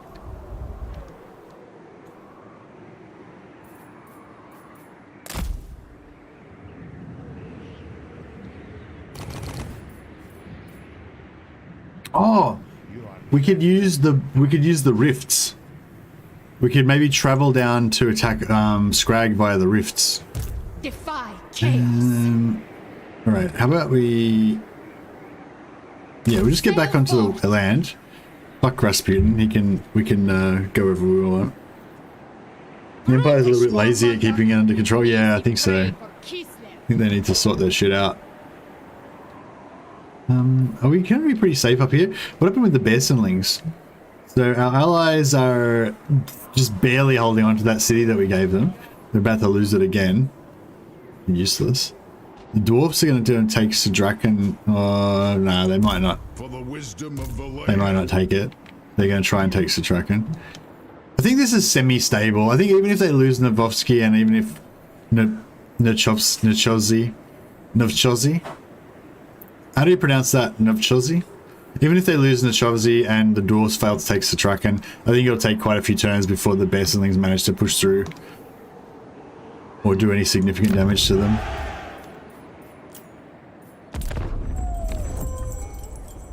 I do like how the old factions are more passive though. Yeah, it seems like the Empire are kind of like bit players, so it's like if you're playing Warhammer 2 and you're playing Reichland or you're playing from the point of view of the Empire, then it's like the Empire are the heroes, you know, the Empire are the ones who are ultimately going to defeat chaos. The poor Kislevites are just the front line that is going to get chewed up and spat out and destroyed before finally the grand armies of the Empire are going to come and save them, you know what I mean? But in this version of the story, we're playing as Kislev. So it's like Kislev is the unbreakable bulwark against the darkness that's holding back the forces of evil from the just useless and ineffectual Southerners. You know what I mean? So it's like it's perfectly represented. Hey Einar, but also Eleanor, how you going? Cool, cool avatar.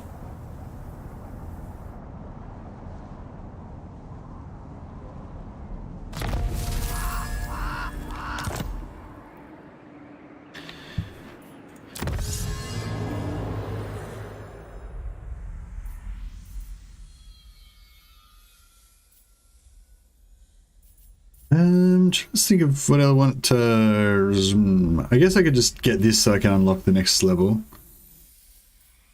Do you think there's anything we actually want, like in particular? Frenzy for our bear cav, if we ever get any.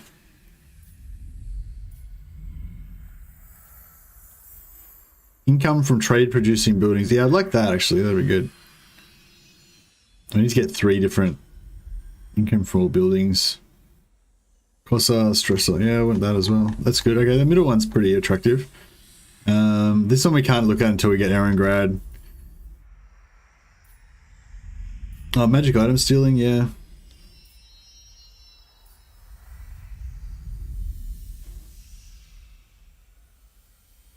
Let's see, this one says +4 melee defense under siege, plus 10% reload reduction when under siege, but it says ammunition for Kossars, armored Kossars, Streltsy, Ice Guard, and Horse Arch units. That doesn't say when under siege though, it just says, you know, they get that. So, yeah, I think I'm going to go for that. The great orthodoxy provides. It would be nice if they didn't just fold over. It's a nice day to kill some demons, it sure is. Wouldn't it be... It would be nice if the Wood Elves had a bit more poke. The Wood Elves are still surviving. They're here somewhere. This is their lands here, I think. Yeah, Laurelon. Just need something to kill. I don't think this Chaos army is worth worrying about. We'll let Rasputin. I can deal with that bullshit. Can we get... I might go this way just so we don't have to deal with the plagues. And hopefully, Your time is short, insect. Kind of curious about Streltsy, but it might be a bit too expensive. I don't know. Yeah, I think they're going to be too expensive at the moment. I mean, we could probably replace some of our Kossars with Streltsy in our main army, in Boris's army. My decision is law. Like, I don't know what he's got. Like, this could be pretty hectic. I might move up in support of the settlement here, just so that if he wants to go me, we'll be... Oh, if I had just got an ambush stance, that would have been so much better. I didn't think about it. Authority is boundless. Ah, that's alright.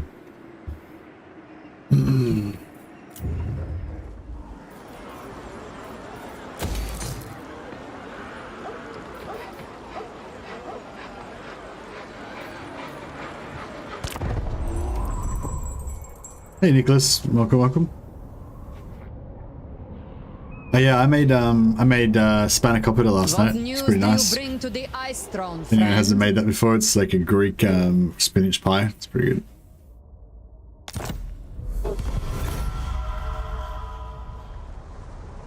Greasus is a great starting location. I'm not. Yeah, I'm not allowed to talk about it. Yeah.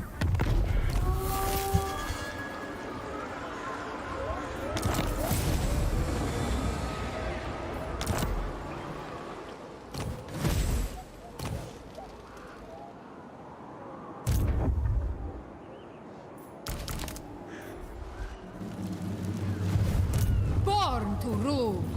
It suits my purposes. I want Erengrad. The ice core. Our cultures are united in I strength. could should I confederate them? I don't know. I don't really want to have to deal with all their settlements and shit. We got 5 settlements, but if we don't we don't take it off them. What? Oh, actually, what I could do. I could confederate them, and then give all of their land to the bear, the Brotherhood of the Bear. That'd be pretty cool. Because otherwise, we're never going to unlock Boris. Like, I need to hold Erengrad for 10 turns, and we're not even like close to getting it yet. Frost. All right, let's do it. Fuck it. I wanted to keep them as allies, but matters over tea. we've got to unlock. We've got to unlock these guys first. Okay. Well, before we do that, can we? Well, if we do a military alliance, well, actually, let's test this out. I'll do a military alliance first, and then see if they still want to confederate. Oh yeah, they still want to confederate. So you can't get money from confederation, but you can get money for everything else that you can do, and then and then confederate them. Most gentle. Reclaim your place. Okay, we unlocked an achievement. It's pretty cool. Rasputin is your buffer anyway. Yeah. He starts on a chair. Yeah, no, that's how good's that. He starts already with the chair. Doesn't even need to find one.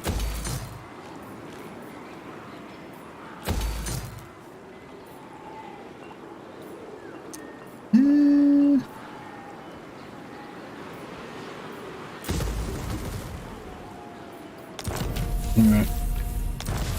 Oh yeah, the good thing about confederating is your armies don't start off like busted. You know how in the old in Warhammer 2 when you confederate, like you have like no garrison, you start off with 0 garrison. It's not like that in this.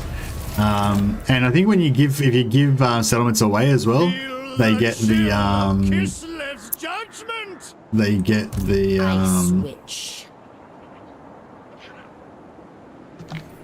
if you give settlements away, the new faction gets them with some troops already in there as well. Battle effects none. Campaign effects none. He's got like no trait. Oh, no, he's determined. Sorry, yeah. That's cool. Whatever. Patriarch 6 out of 7. Okay, so we can get another one.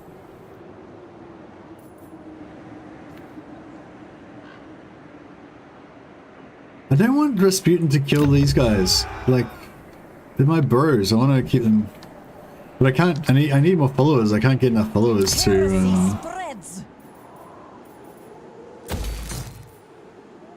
What's this one? Growth? Yeah, growth. Okay. And armies wise, so we got Zero and Katarina, Mercilli. We got Trophim over here. Just doing his thing. We don't really need him. I will suffer no. Actually, well, we've got mass. We should have like. We should be like really high strength rank now, so we might be able to get some more units and stuff. Honor to your ancestors. I suppose. I know who's a strong Empire faction that we could actually get some decent troops out of at some point. All right. Talabek land, in the lore, Talabek land are quite strong. As you say, sir. Yeah, everyone seems a lot more into us now that we've got like massive armies. Who calls? By Sigma's will. Yes? My hand hovers close to my blade. Utter your demand before I raise it. So be it. Yeah, everyone wants a non-aggression pact with us now. Now we've got like 5 armies. We're going to disband them all in a second, but they don't know that. Ready. Honor to you. I wish this would stay, like if you click attitude and then you go in and you come back out, I wish it would stay like in ordered by attitude. It's really fucking annoying. Come then. Only Sigma's god, Ulrich, can judge it worthy or 2000. no. Stirland. Stirland does have 3 settlements. I wonder if they've got any good troops that they could give us. Ah, fuck it, let's do By it. Sigma's will, So that's cheap, come so. in peace. Fine. The fact that it's more efficient to not upgrade walls isn't a good change though. Yeah, I haven't really thought about that. I know Legend said that though, so he's probably right. The Empire. Come then. Only Sig...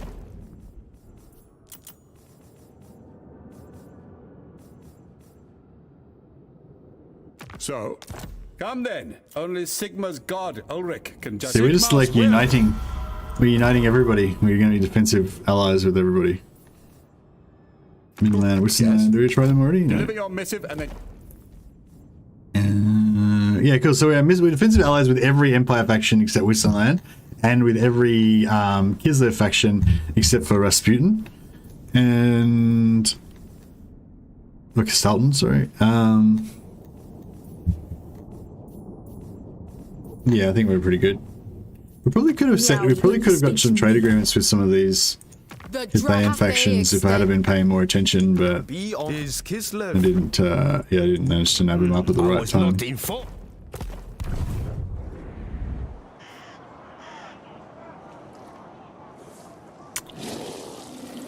AI massively weights army strength rank. Yeah, I think so. Yeah, that's a good thing to remember actually. So it's good to go heavy on military early if you want to go diplomacy. Strength through superior peace through superior firepower, as they say. Alright, we'll get rid of this guy. And we'll probably get rid of this other army as well, I guess. Storm Summoner.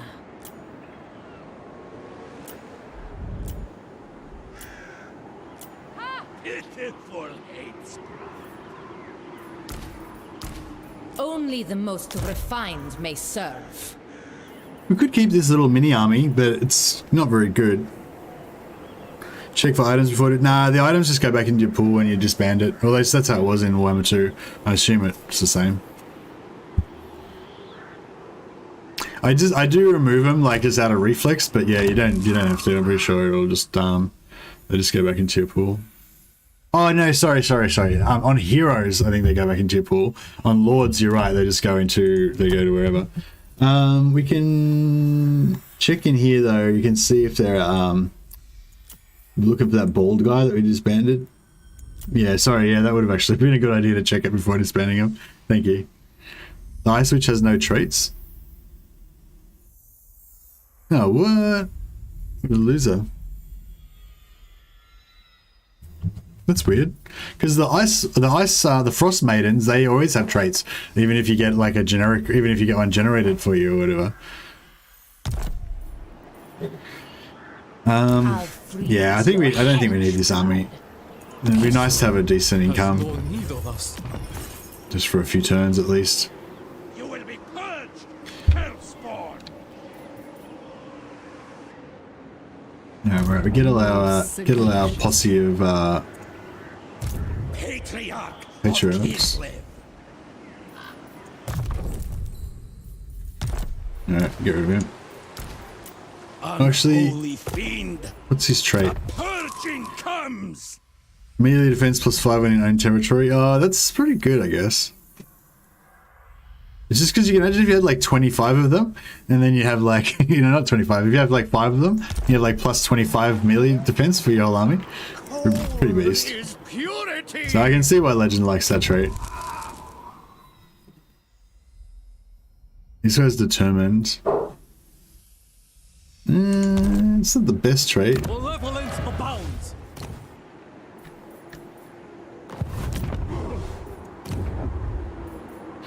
Knowledgeable Vanguard. No, neither of those are very good either. I guess we can...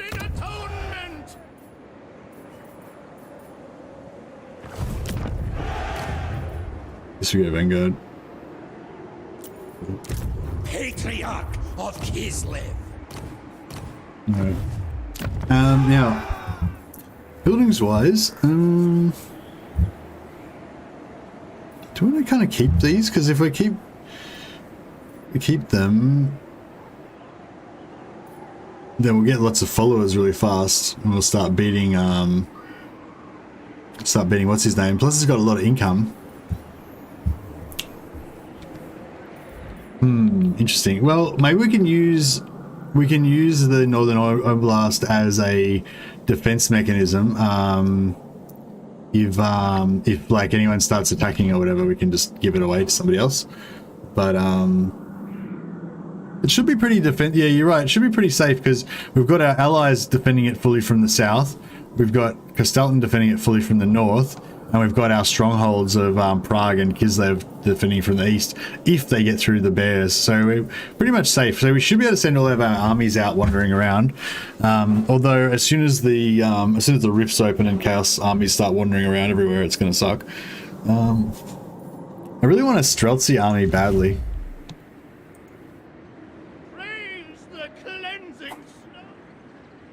I like just like a Streltsy with like heaps of patriarchs just buffing them so they're like super tough.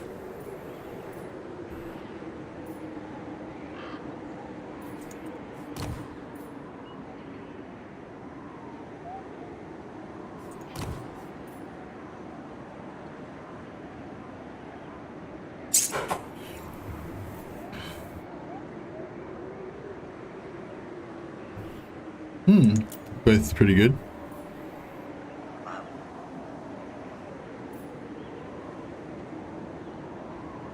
Got a lot of these double ice guard ones. That's not even important, is it? She's got no traits. What the hell? Streltsy means gunner. Oh, nice. You want some gunners? That'd be cool. I think this land is no longer pure. We could level this up and build it here.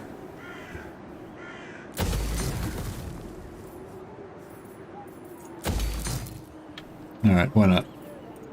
Let's do it. Priest of the great orthodoxy. Only once the orthodoxy permits.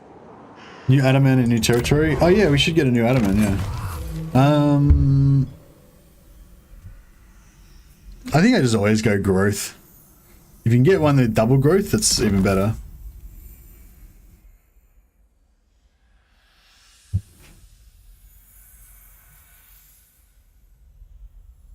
I don't think I like, yeah, just go for growth, I think.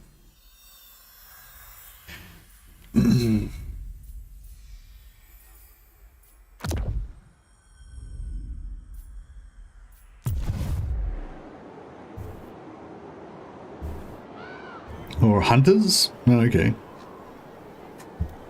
Apparently in Slovak and Czech it means gunner. Okay. Can you get rid of the bad traits that are in the Chaos Realms? Yeah, you just have to sit in one of your settlement capitals for a while and you get rid of it.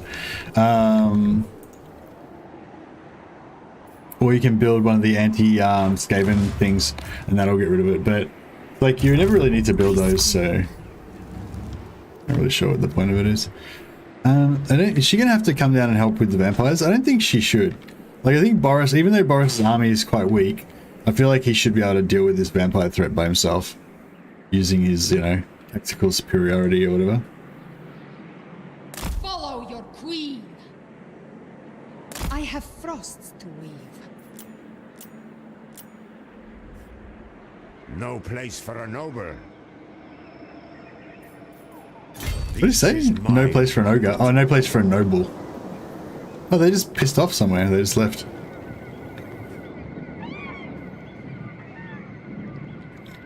Alright, maybe we'll go into defensive stance. We rest. In camp stance, sorry. And on your feet. Push in. And then next turn we should be able to siege Castle Drakenhof. I don't know how that's going to work actually, because our army's pretty crap. We don't have any armor piercing, and there's like so much graveguard in there. Never I think it's going to be blob time. It's going to be blob time. Need to send some Streltsy to CA. How do you get the Adamant's traits good for leading armies? Yeah, they do occasionally get some traits that are good in combat. No, I don't know if I've seen any good army ones, but I've seen some like combat ones, like personal combat ones. Make them tougher as warriors. So yeah, you can make it. You can make them like slightly better, you know.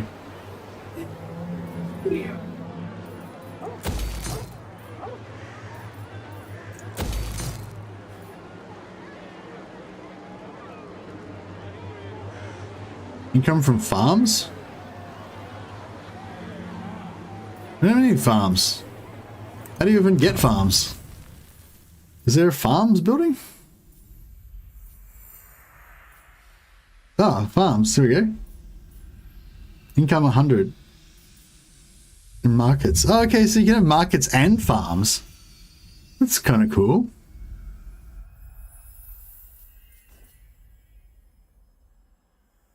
%25 for local region.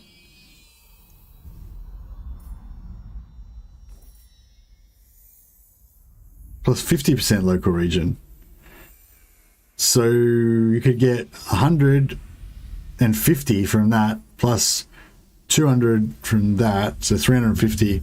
So you get 350 plus 100 from the base town. 450 gold. It's pretty good. 450 gold from if you max them out on everything income.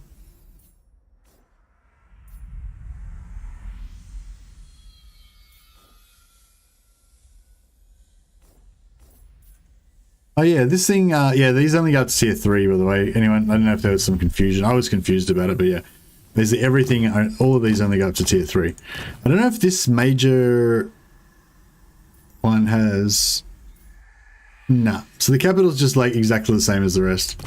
Same building tree, same everything. None of them have any trade goods either. How crap is that? A whole settlement with no trade goods.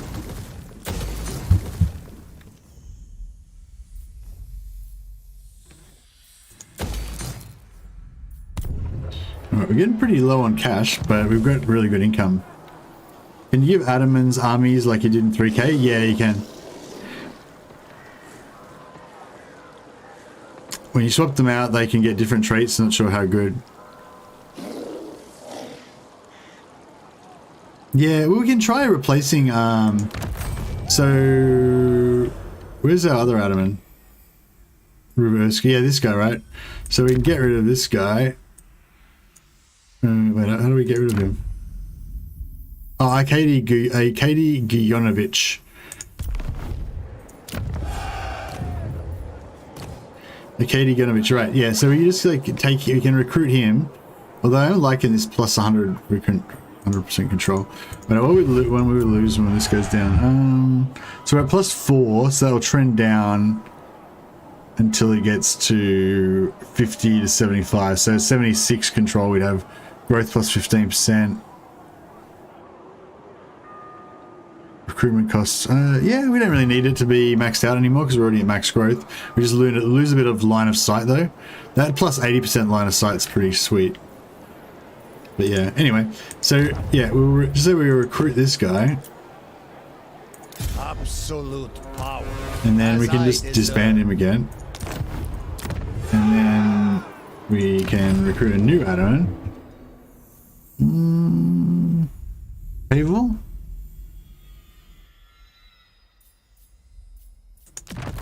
Sure.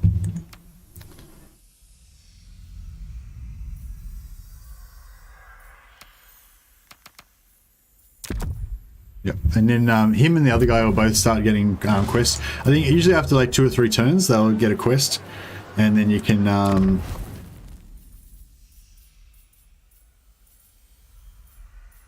start getting traits for them.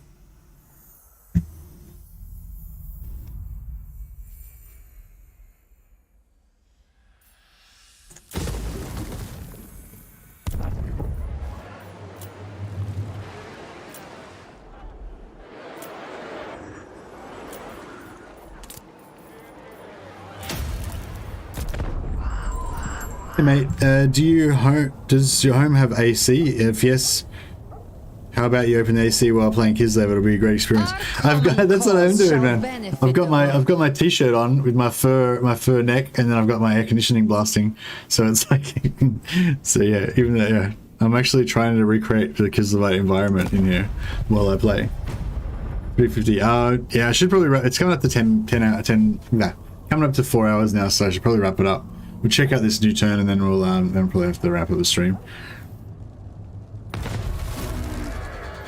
Man, I'm such a bad talker. I mean, I talk a lot, but I get tongue-tied a lot, and I just can't think of the words that I need to use to make it the point I'm trying to make a lot and stuff like that. I was hanging out with Turin and Anticity and Dove Plays and the Rubber Duck of War, and like most of those guys, they all do, like, I think all of those guys, yeah, I think everyone except me that was in that group was a multiplayer caster, so they're really good at like talking fast and explaining stuff and kind of thinking quickly and all that, you know.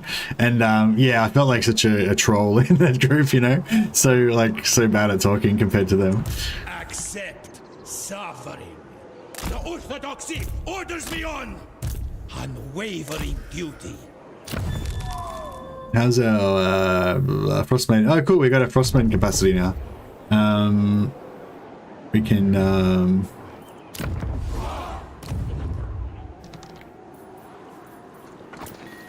another one. Missile strength, charge bonus, missile strength, charge bonus. No, there's a different one in here.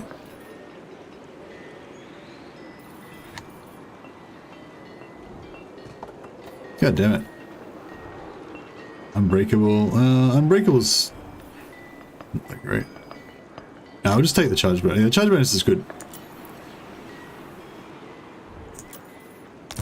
Maiden of the Yeah, and she wants to come and... Well, she wants to eventually get into Katarina's army, probably. But, she can just chill for now.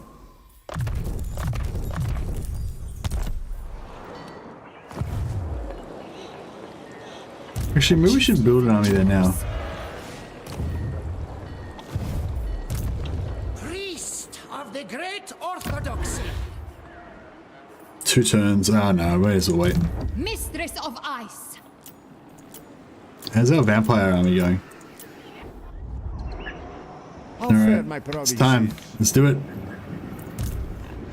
Should we fight in the open? Oh, it's shit, we can't. I don't think we can win this shit. Oh man. A boyar for life. Maybe if I... My axe thirsts for war. Okay, so this dwarf is at war with Kislev, right? And with the vampire counts. And if I go into ambush stance... Yes, I'll move back a little bit. We'll use our Kislevite cunning. Move back to like here. Excuse me, we're going to take attrition, unfortunately. But yeah, so he's here raiding. So then hopefully they attack him with only 1 army because they don't think they need 2 because he's only got a half stack. We ambush. Ah, their fucking vampire heroes are all over him. Take me there.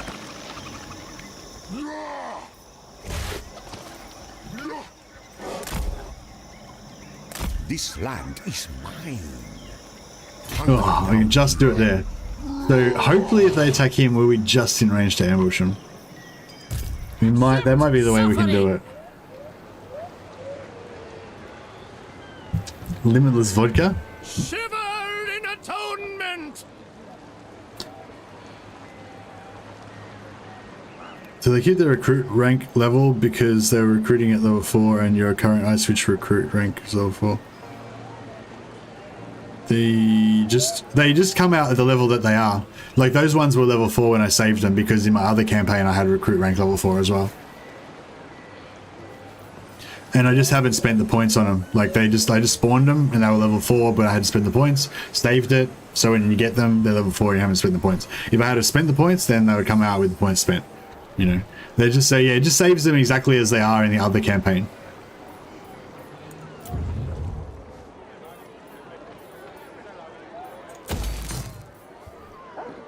we'll get a little bit more income. And let's see if the vampires fall for it. Oh, the vampires, they're not a major race. Oh, they might not be before the dwarfs. If the dwarfs go first and the dwarfs move, then we might be screwed. Friends of Kislev, we greet you.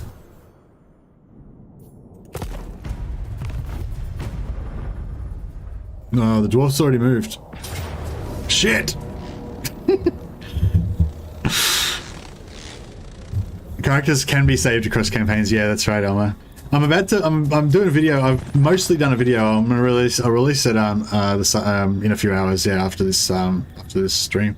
It doesn't explain it in detail. I'm only allowed to do shorts. I can't do any long videos, otherwise I have to give up my streaming time. So yeah, I'm just gonna do a little short, kind of demonstrating quickly, roughly how the saving thing works. So yeah, I'll pop that out soon. Hopefully you guys can all like and share and fucking subscribe to it and shit. Make it, you know, and all that stuff. It's not going to be a very exciting video. It's just going to be a video showing me saving characters and duping them, basically. Anyways, why Kislev men don't fear chaos? Because their leader tells them that chaos have a lot of vodkas. That's a really lame joke, Disciple, but thanks for trying. Appreciate it. Alright, cool. I better nip off before I use up too much of my time. I'll just see if there's anyone streaming.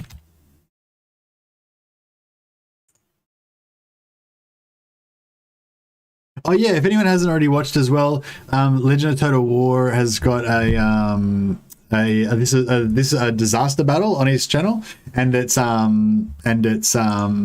my disaster battle. So yeah, actually I might just link that for you guys as well. So if you haven't watched it already, this is a Legend of Total War disaster battle, but it's actually my disaster battle that I sent him. So yeah, so if you want to see my battle, my disaster battle, I think he put a link to my stream in the description as well. So if you want to see, you can see like how Legend fights the battle and how I fight the battle and like compare us and stuff. He got a lot better outcome than I did. But you know, I think I should get style points as well. But yeah, check that out. It's really cool. Yeah, I got the honor of being the very first disaster campaign for Warhammer 3, so I'm pretty proud of that. But if you'd rather just watch a stream, there's a few people streaming Warhammer 2 at the moment. I think I streamed Dame yesterday. I think I hosted Dame yesterday, so we'll host Akoi today.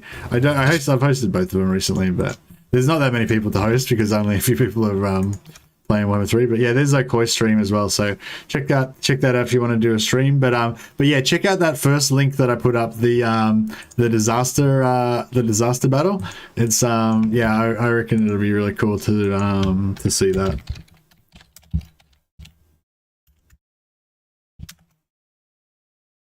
I'll put it up one more time just to emphasize the point. There you go, my disaster battle. I'm actually going to go watch it now because I haven't watched it yet. So yeah, so go there and leave a comment and all that stuff. Catch you guys later on.